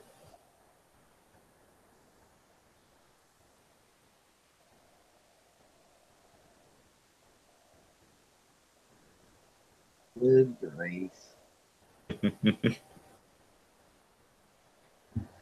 Let's see here. I think that's pretty much it that happened this week. I think that's all the big stuff that happened this week. Anything else you guys could think of? Think about hundreds of years ago when somebody would walk up to a group in a bar or something and say, the Earth is really round. And they'd say, you poop. How dumb can you be? And now saying it the other direction, Yep. Oh man. Yeah. I can't think of any other big news. Like more Gloria Allred news. It's saying an ever Trumper. Let's see here. Who's the never Trumper? A never Trumper. Is saying what? Steve Deace, D-E-A-C-E. He's saying the American Bar Association should launch an ethics investigation into Gloria Allred. Oh, and this is a never Trumper saying this. Yep. And he posted on Breitbart a few minutes ago. He said, never Trumper, Steve Deace. The American Bar Association should launch an ethics investigation into Gloria Allred. Yep. Wow. Yep. Somebody who doesn't like Trump and wants Gloria investigated. Absolutely. Let's see here. Yeah. Globalist Dina Powell. I don't know that she's done anything. Well, she's put out false information on her clients. Mm-hmm. But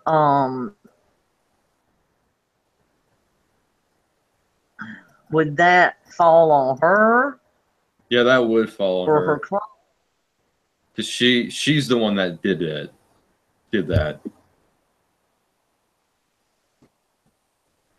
Well, put her in jail. Globalist Dina Powell is leaving the White House. Thank you. Oh, good. She was I guess she was an Obama holdover. Wouldn't surprise me. Yeah. Good wishes to you and goodbye. Tom Cotton said that Powell and her departure is a loss for the president. I disagree. I think it's a great move. Great move because she's one of the ones that leaked and she was one of the ones that Mika from Morning Joe hung in there. Got the job for. Blonde bimbo. Yeah, Mika's a blonde. Mika is a blonde bimbo. I mean, she is. I'm sorry, but she is. Let's see here. Week in Trump, we discussed the whole Jerusalem thing. I think that's the big. She's married to the fake Republican Joe Scarborough. Yeah. Joe Scarborough's just mad. Roger Stone was talking about that. Joe Scarborough had the idea of him being Trump's vice president, and that never happened. And that's why Joe Scarborough turned his back on Trump. Is because Trump didn't pick him for vice president. Mm-hmm. Oh, poor fella. All right, so I think that's pretty much it that happened in the world this past week. Let's go and go with some local news. Yeah. Lyle, you got any local news for us? Yeah. I wanted to tell you all about, we had our annual Christmas parade in Bath, North Carolina, this past Sunday. And as any very small town, it was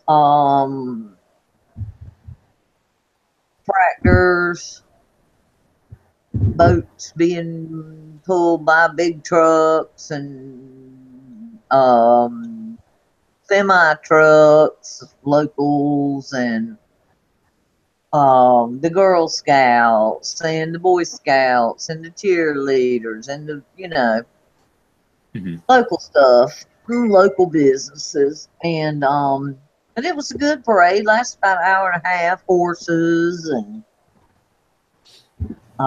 wagons and all sorts of cool stuff. And we saw a lot of American flags by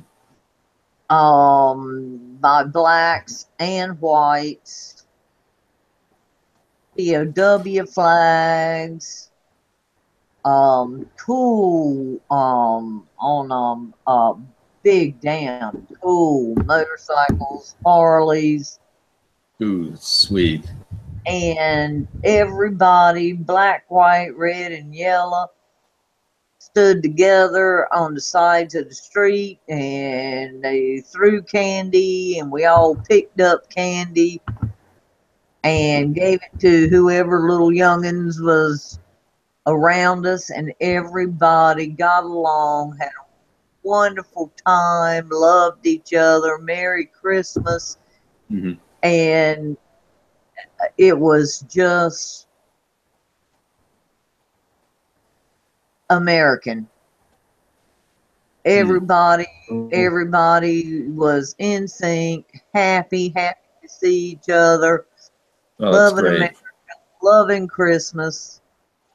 And I think I've always noticed it and always appreciated it, but for some reason, maybe I think I appreciated it a little more this year. With the riots and the protests and crap going on throughout the United States and the world, that my little town, we still all get along. We love each other, whoever you are, and we're all for America. And we're all for Christmas.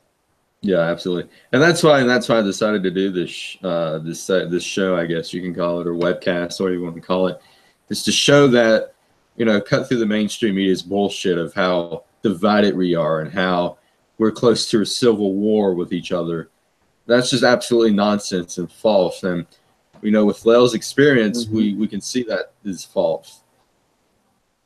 No, I'm not saying that's like out through the nation like that, but there's some, parts of the country, the Democratic run parts, that's, in that with the whole division and stuff. But most Americans. I'm in eastern North Carolina, which is fairly deep south. Mm-hmm. But most Americans aren't buying into that, which I'm glad. Exactly.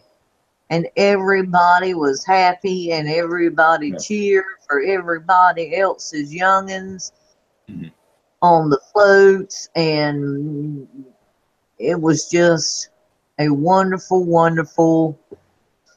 We had good weather, and it was good. It was really good, and I thank God for my sweet little area here, and all the I'm glad you enjoyed yourself. Mm-hmm. Henry, you got anything for us? Okay, well, this is in light of the snow that Mississippi got today. Actually, yeah, I guess it was today. Last night, maybe last night as well. AMR, I guess that's it looks like some kind of medical thing, but it says winter weather tips to keep you safe.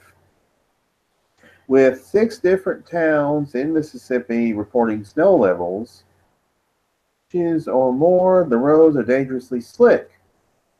Here are some tips from American Medical Response to help keep you safe out on the roadways. If you don't have to drive, please stay at home. Ask yourself, am I skilled at driving on icy roads? Oh. If I can scroll this, I don't know why it's not scrolling. Hang on. If you must drive, slow down. Well below speed limits, give yourself extra time to reach your destination. It's still not scrolling. You need a new phone. Or it's the Russians. No, this is a new phone. The Russians is hacking into your phone. It won't let me scroll. I have to refresh, I guess, to refresh the page. Oh, you wait on that. Let's talk about something real quick. So the DOJ is launching an investigation on Planned Parenthood body part fiasco that they had. Good. And let me see if we can find the article. And if your article shows up before I found this one, you can go ahead and continue, Henry. Let's see if I can scroll the bloody thing. Scroll.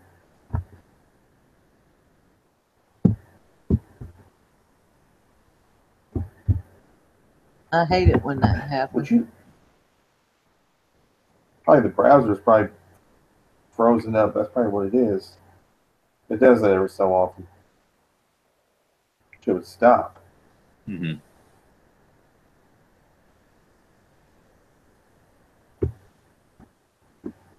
Maybe that. Let's see.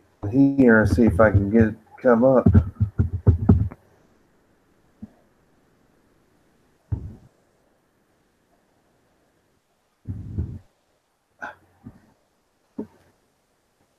Newsms.fm, moron.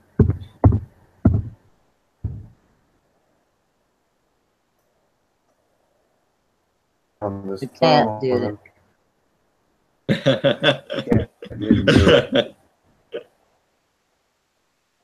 Go get that cat. Oh, not the cat's fault. Put him outside. I found another article. Wait. I think. All right, go ahead. I think. You got to scroll.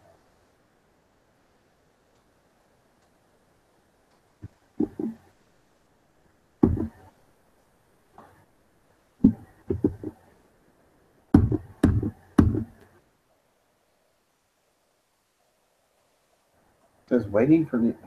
Why are you waiting? You're supposed to. New tab. There we go. Maybe that'll work. Okay, I think I'm about to get it. Hopefully, it's about to load. Let's go. Internet's slow tonight. The Russians, they're hacking into it. Your cat, Henry, your cat is a Russian agent. That's right. All right, I think wait a minute. Do you know the origins of that cat? I'm gonna have to give it a DNA test to see if he's a Russian. You trust a dog, but you can never. Well, Shane, go ahead with your. No, wait. Dang it. All right, great. Can it scroll low? I'm gonna start all over. All right, AMR, American Medical Response. Yeah. Tips to keep you safe. With 6 different towns in Mississippi reporting snow levels of 6 inches or more, roads are dangerously slick. American Medical Response to help you keep you safe out on the roadways. If you don't have to drive, please stay at home. Ask yourself, am I skilled at driving on icy roads? If you're not, stay at home. Slow down well below speed limits. Give yourself extra time to reach your destination. Space between you and other vehicles. Seeing well and being seen are crucial to avoiding crashes. Before starting your trip, remove all ice and snow from your car's windshields, windows, mirrors, headlights, taillights. Windshields thoroughly. Turn on your low beam lights. Be sure your tires, brakes, battery, windshield wipers, and other safety gear are good for icy driving on ice or snow. Don't let your fuel run low. Drive on interstates and divided 4-lane roads when possible. Two-way traffic leads to more head-on collisions. Snow, if you must. Do not pump anti-lock brakes. Just step on the pedal once, slowly, gradually, and steadily. Brakes, gently pump the brake pedal with your heel on the floorboard and your toe on the pedal. Cross bridges and patches of ice before you go down hills. Hello? Yeah, I can still hear you. Some ice is invisible. It's called black ice because it looks as though the pavement ahead is normal. Take your foot off the gas pedal and shift quickly into neutral. Turn your steering wheel in the direction the rear wheels are spinning. The tail light of your vehicle starts to skid to your right. Turn your steering wheel to the right. That shift back and drive, gently accelerate. All the way off the road. Turn your flashers on. Passenger side, because there's a greater risk of getting into the driver's side. Stand on the passenger side. No matter how short the trip, buckle up everyone in your vehicle. In case of a breakdown or a crash. A couple of burlap bags or short wooden planks and a shovel to help with traction if you get stuck. Top canned food or other food that's easy to open in extra clothing. Is a good charge.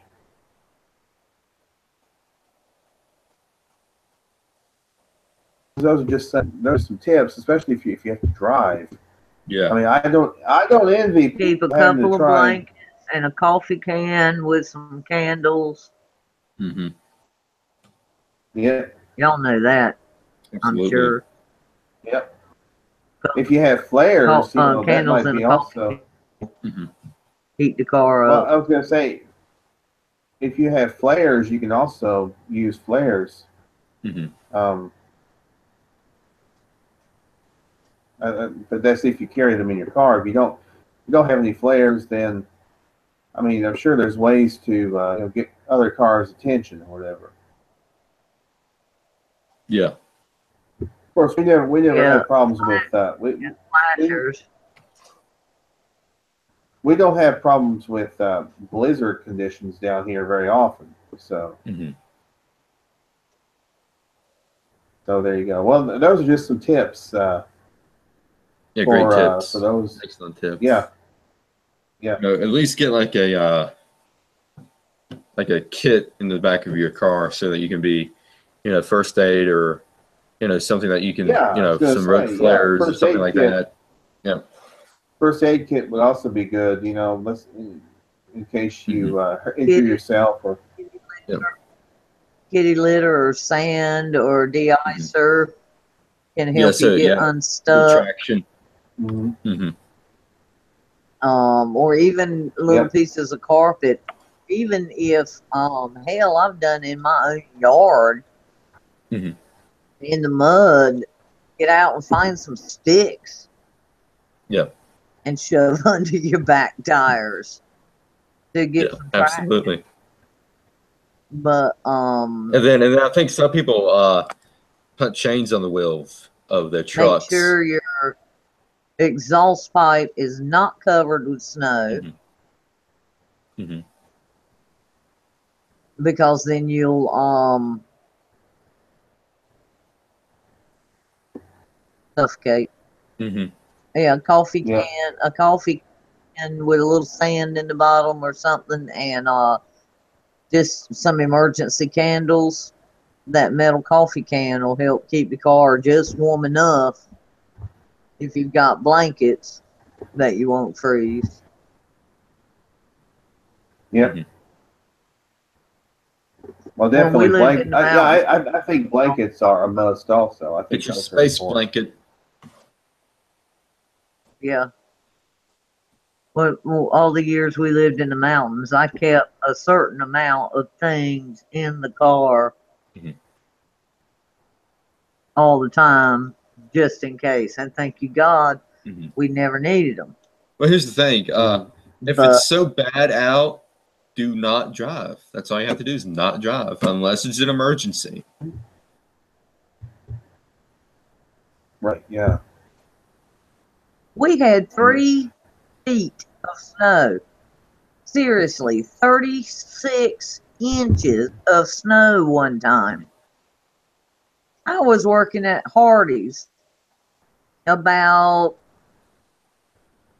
4 or 5 miles down the road.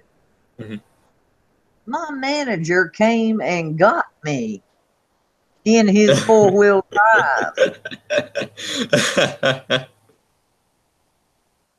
And 2 or 3 other people, and we stood in Hardee's for 7 hours and served coffee to 5 or 7 police officers, which that's wow. That's cool. I'm for that. You know, I think we should do that, but 3 or 4 of us, hell, the manager could have just drove himself and poured coffee for police officers. And then he drove us all back home. When you live in places that get snow, they expect you to show up. Yeah. Yeah, absolutely. You know? So I went. I got paid my, whatever I got paid at the time, my minimum wage for going, but yeah, be safe. In fact, it's even when there's not much snow is even more dangerous because, or when it's melting off. Like I said, I live in the mountains, and black ice comes from where it melts down during the day when the sun's out and the water runs across the road, and then it gets dark and gets below freezing again, and that water freezes up and you can't see it. And that is the, black ice danger. And you'd rather drive on ice on top of snow rather than snow on top of ice. Yeah. Okay, well, I think we're all clear here. All right. All right. So I was going through a couple of articles while Henry was getting his article to load. And one article I found was a list of Democrats who could run against Trump in 2020. Matthew Conchetti, I guess, compiled a list of the top 14 most likely to run in 2020. Al Franken at number 14, not going to happen. Not going to happen. Yeah. Sorry, yeah, Al. Absolutely. Tom Perez, who is the chairman of the DNC. I don't see that at all. I don't see that at all. Hillary Clinton at number 12. It wouldn't Is she surprise gonna me. run? It wouldn't surprise me at all. I wouldn't be surprised. God. Number 11, Cory Booker. At number 10, Kristen Gillibrand. Hillary's too old. Mm-hmm. Yeah. Go ahead. I'm sorry. All right. Let me recap for Henry. Henry, I was just reading an article that Matthew. Hillary. How old is she? Like 72, 73, maybe. 70? She's 70. I was reading an article of the list of Democrats who could run against Trump in 2020. Yeah, and she's got health problems too. Yeah. Mm-hmm. Just because we have. I'm sorry. Go ahead, Shane. No, go ahead. Just because we haven't heard of her falling down or going unconscious or having a coughing fit, that's because she's not in the mainstream at the moment. Yeah. She puts out what she wants to put out, and she's not going live and, you know, out in the public scene. Otherwise, she is not well. Yep. And since the concussion, which I'm not sure if she got the concussion because something was already wrong with her, or if she did get the concussion and that contributed. I think she probably. I don't know, but Hillary had a seizure or something and fallen, and that's how she got the concussion. I think something happened to her. She fell, and that's how she got a concussion. She had an ailment already, which caused her to fall. She also a few years ago she had like brain surgery because she had like a couple of aneurysms or something in her head. Yeah. But yeah, I was reading a list of 14 possible against Trump, written by Matthew Kinketti. Number 14, he says number 14 is going to be Al Franken. I don't see that happening because of what this whole sexual misconduct scandal. I don't see that happening. Number 13 is Tom Perez. He's the DNC chairman. I don't see that. Number 12, Hillary Clinton. I do see that. I can see her running again. She has got the biggest balls of any damn body in the world. She really does. She thinks her shit don't stink. Her and Michelle Obama. And Barack too. Number 11 is Cory Booker. It's possible. Kristen Gillibrand at number 10. I'm not sure who that is. I've never heard of her. These all the Democrats, right? Yeah. Number 9, Sherrod Brown. I've never heard of them either. Never heard of him. Bill de Blasio, New York City mayor. It's possible. I don't think he'll win though. Too much controversy, and plus Trump. I mean, you know, I'm sure he knows Blasio. I'm sure he knows some dirt on him as well. So he'll probably bring that up. Again, he's a New Yorker, so him and Trump. It'll be great. It'll be great to see debate between him and de Blasio with Trump. But I don't see him getting it. Eric Holder, Obama's former attorney general. Eric Holder has been now. That's a big possibility for 2020. Elizabeth Warren, Pocahontas. I kind of see that. I kind of see that. I wouldn't rule out Pocahontas. Is also known as Hiawatha. Kamala Harris. You're breaking up. Can you hear me now? How about now? Am I good now? Maybe it's just on Lail's end because you sound fine on my end. Yeah, it might be. Number 4, Kamala Harris. Henry was telling you. It's the Russians. But I'm talking about what? I'm talking about the left's favorite people: Kamala Harris, Hillary Clinton, Eric Holder. But Kamala Harris at number 4, I kind of see that they're trying to build her up. Terry McAuliffe, he won't get it. Joe Biden, Creepy Joe at number 2, and rounding at number 1 is Bernie Sanders. All they gotta do is show the videos of old creepy Uncle Joe. That can be Trump's campaign ad right there. You know, show all the videos of Creepy Joe touching the little kids and touching the women. But let's go to the big news real quick before I get to my local news. Planned Parenthood is under investigation by the Justice Department over the sale of fetal tissue. good. This is from Fox News.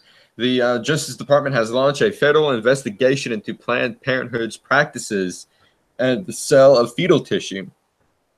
And a letter obtained by Fox News, Justice Department Assistant Attorney General for Legislative Affairs, Stephen Boyle, formally requested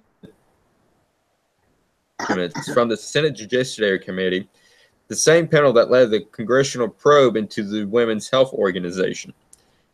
The Justice Department appreciates the offer of assistance in obtaining these materials and would like to request the committee provide unredacted copies of records contained in the report in order to further the department's ability to conduct comprehensive assessment You're breaking of up. the. Am I good on your end? Sounds fine on my end. It might be. Well, it might be your internet connection. Breaking up. Well, do a refresh on your browser and see if that helps. Yeah. Provide unredacted copies of records contained in the report in order to further the department's ability to conduct a thorough and comprehensive assessment that the report is based on a full range of information available, Boyd wrote. How about now, Lel? Am I pretty good now? For the moment, yeah. All right, great.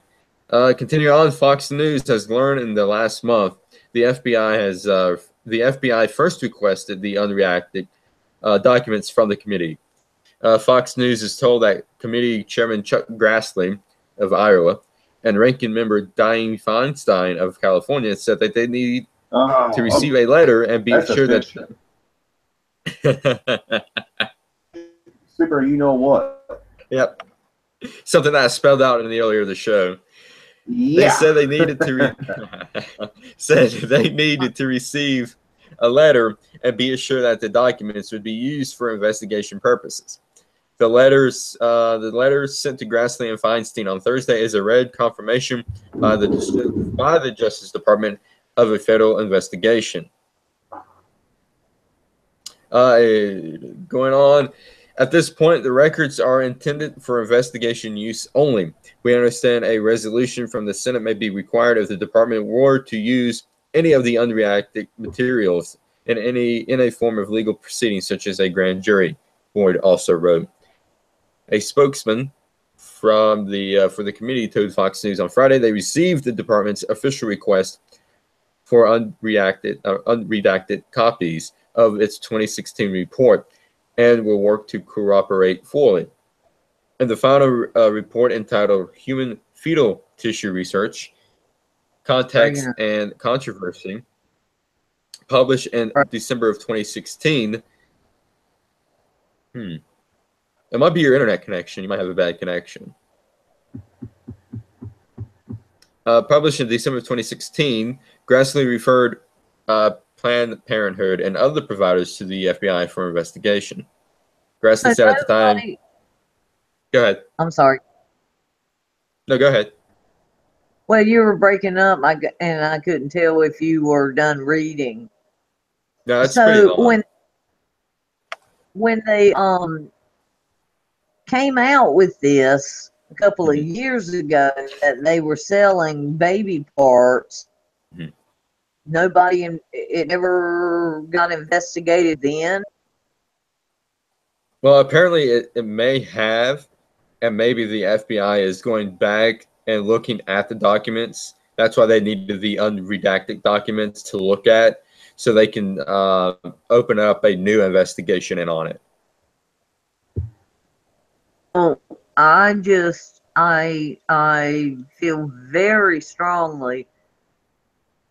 I am against abortion.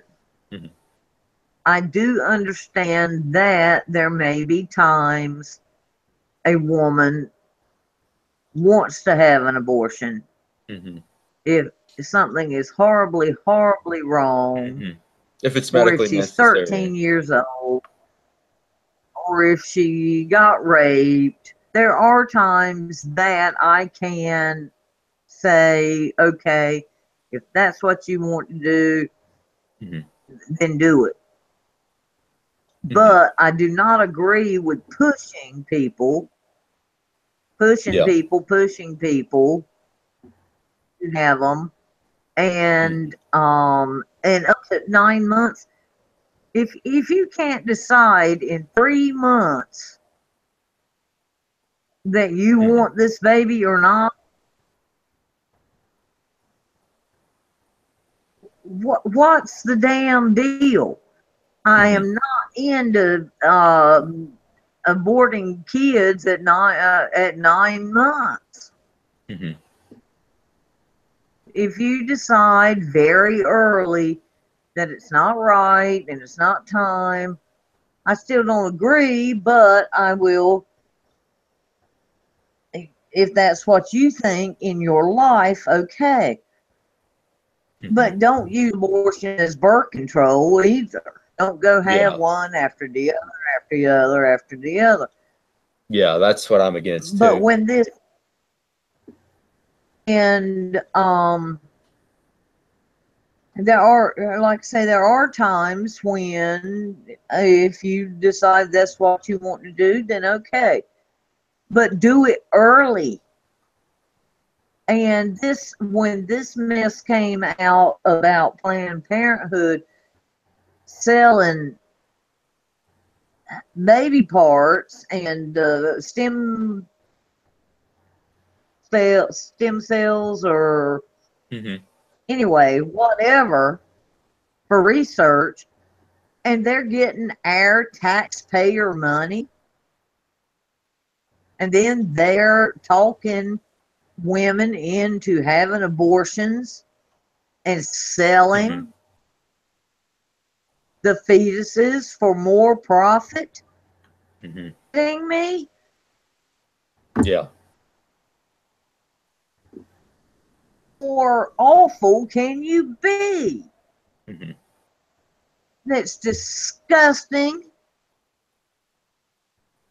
and it's horrible, and that is not doing a good thing for the community. Yeah. That's not helping the community.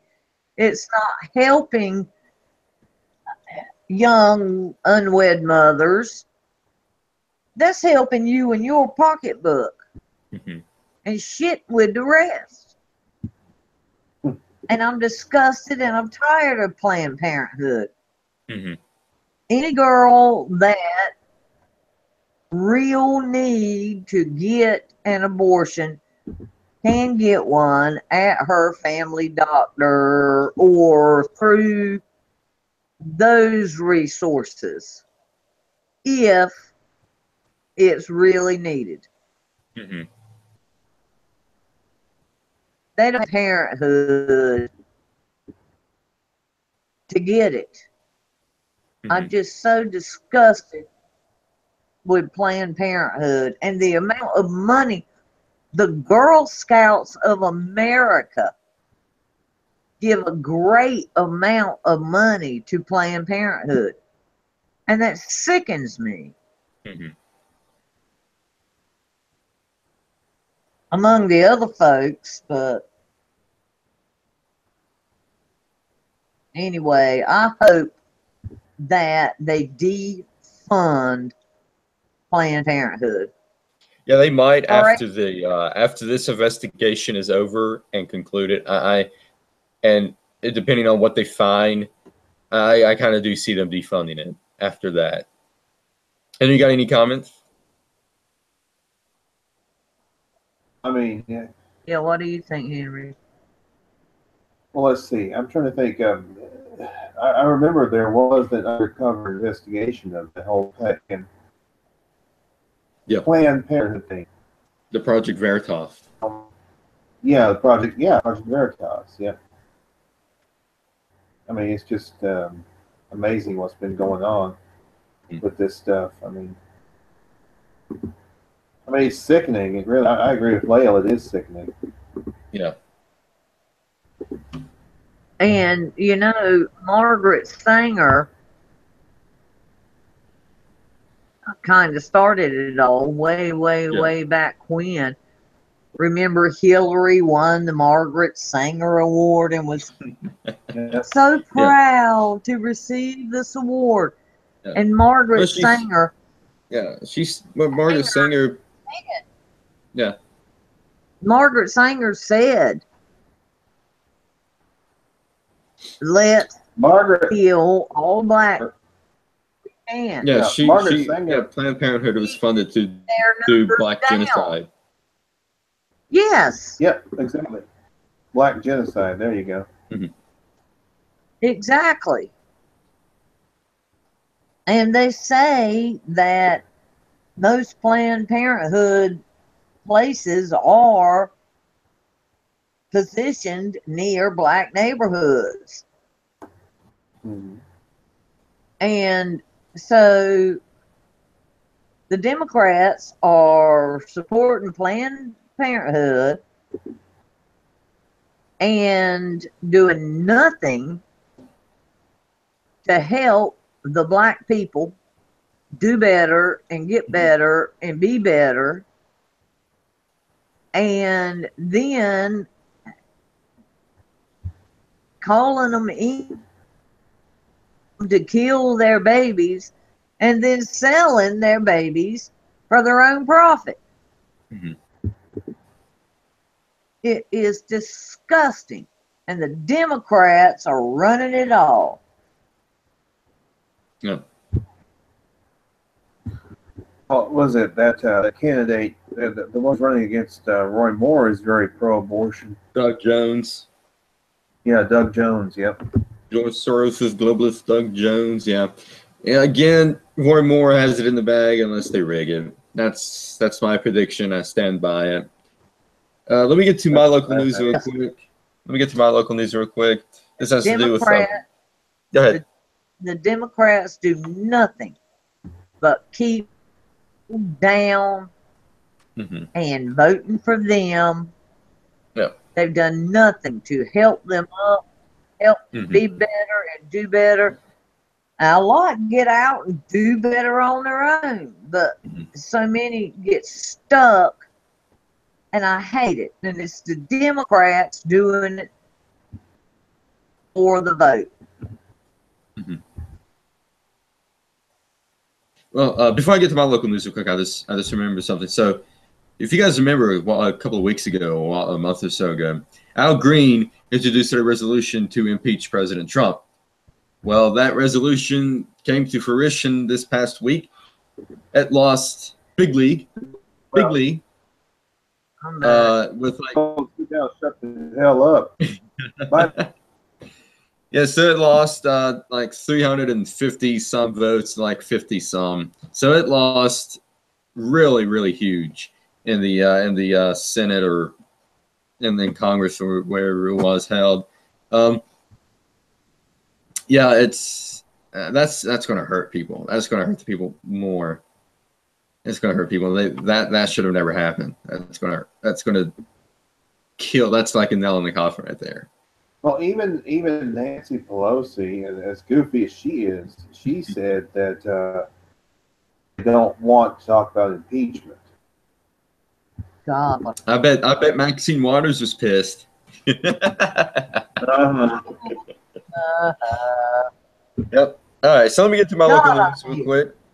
This is a. Oh man, I cannot stand Nancy Pelosi and Maxine Waters. So this is a. This is about Appalachian Power rewards economic development grants. Thousands of dollars in grant money is coming to communities affected by the downturn of the coal industry. The money is from Appalachian Power Economic Development Growth Enhancement, or EDGE program. The grants ranges from $5,000 to $20,000. The funds can be used for site development, support for marketing and development, or new business development and retention. Among the latest recipients are the City of Bluefield and Mercer County Development Authority.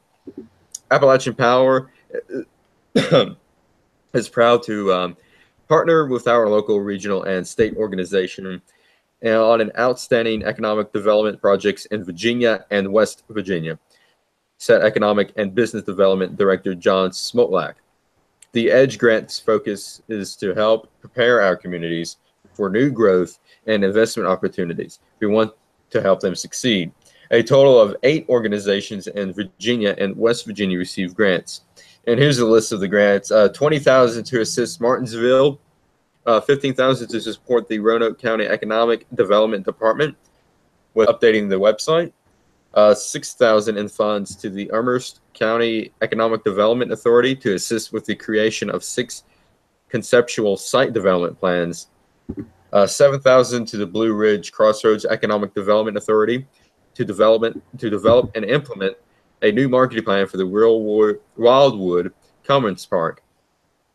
$5,000 to support the Virginia's first Regional Industry Facility Authority, or VFURA, to enhance the group's marketing plan for the New River Commons Park. And there's 3 of them in West Virginia. $13,000 to the Robert C. Byrd Institute, part of the Marshall University Research Cooperation, to support research and feasibility study to determine the potential success of aerospace maintenance, repair, and overhaul facility for the tri-region of West Virginia, Ohio, and Kentucky.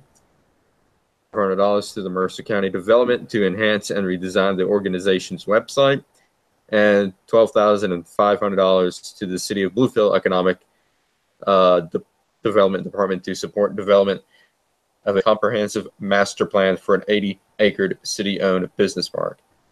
So yeah, that's pretty cool. I think that's pretty neat. Right there, that's jobs. It's creating new jobs. It's, making new stuff so people will come here and spend their money.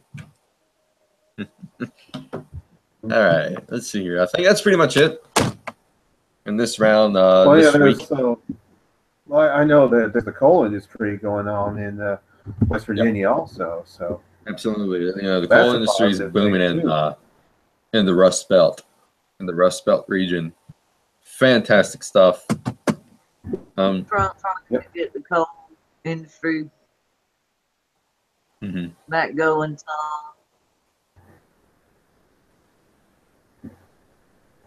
some. Absolutely. Let's see here. I think that's pretty much it in this this week.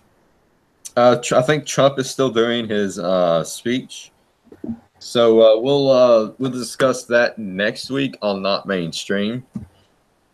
And also next week is going to be our year in review. Because I'm taking the 22nd and the 29th off because it's Christmas and New Year's. We'll be back on January 5th.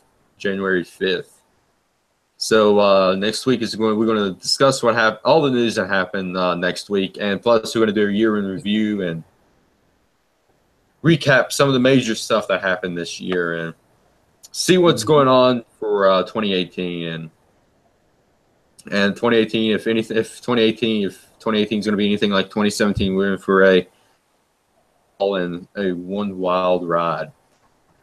So on that note, I'm going to end this. Yeah, it's going to be wild. It's going to be long. It's going to be agonizing, but we'll get through it. We got through 2017 just fine. I think we'll get through 2018 just fine as well. The left. Here's the thing: the left, they got through 2017 just fine. Exactly. I mean, they're still here. I don't know. I don't see any concentration camps. I don't see any world wars going on. I don't see the nukes is still intact. I don't see any nuclear war happening. Not quite just yet, though. But North Korea is testing our patience. But I don't think we'll be in a war with North Korea. I think North Korea knows better. China won't let that happen. It's a trouble show. Mm-hmm. Well, of course, they're still talking about Russia. Yeah, absolutely, Russia. The left and the fake news media are still trying to bring up that narrative. Mm-hmm. Yeah, we'll also discuss. Discuss mainstream media next week, and what will the mainstream media do for 2018? So we'll discuss all that. Major news. Fake news. Yeah, absolutely. But next week is going to be year in review and basically what happened next week. So yeah, if you can't wait until next week, though, tomorrow night we got a show for you. It's the second to last episode of the mid-season finale of The Walking Dead. Oh my God. It's going to be one hell of a mid-season finale on The Walking Dead. Mm-hmm. So yeah, we'll be talking about what was the title of last week's episode? I can't remember. Last week's was called Time for After. Time for After. Yes, Time for After. We'll discuss that. That's the episode we're going to review tomorrow night, and then Sunday night the episode is called How It's Gotta Be. Mm-hmm. So yeah, and AMC's really harping on that something huge is going to happen next week, and we'll get into that tomorrow night and our predictions about what's going to happen on actually this week's episode of The Walking Dead. Not next week, it's this week, this Sunday. This Sunday's the mid-season finale. What the heck? That's right. I'm a week behind. I'm a week freaking behind. So yeah, we'll do that, and then next week is going to be the mid-season finale of The Webcasting Dead, and we'll return in February. But however, the X-Files is coming. X-Cast. Yes. And the X-Cast bring back the X-Cast. Yes. And what is January that? 6th.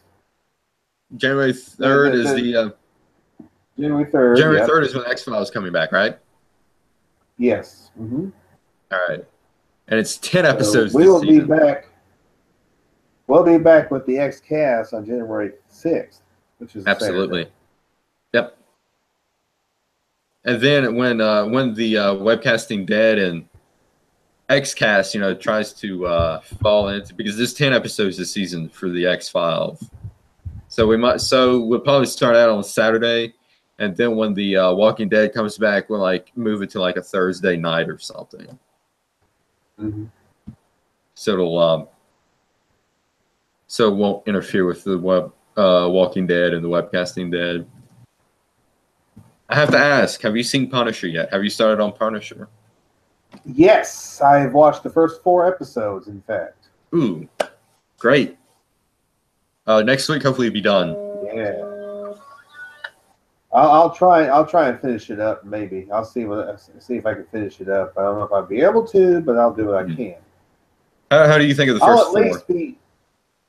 Oh my goodness, it's amazing. It's been amazing. It really has been. I mean, wow. I'm just. You probably really saw the right ringer that I was talking about. Yeah. All right. Yeah, we'll get into that. We'll get into that. Yep. And we also, so hopefully by next week you'll see the whole thing that I didn't really particularly care about. But Punisher's great. I mean, it's a great show, fantastic. They just didn't need to do the political stuff. Yeah, but that's true. Let's go ahead and end this. We'll see you here tomorrow night on the other show for the Webcasting Dead, and talk about the next to last episode for the mid-season finale and give our predictions of what's going to happen Sunday night. And then next week is going to be our year-end review and weekend news of what's going to happen next week. And God only knows what's going to happen next week. It's been one heck of a week. It's been one heck of a year. On that note, good night, everybody. God bless America. God bless President Trump. And Merry freaking Christmas, people. Merry Christmas. Merry freaking Christmas. Good night, everybody.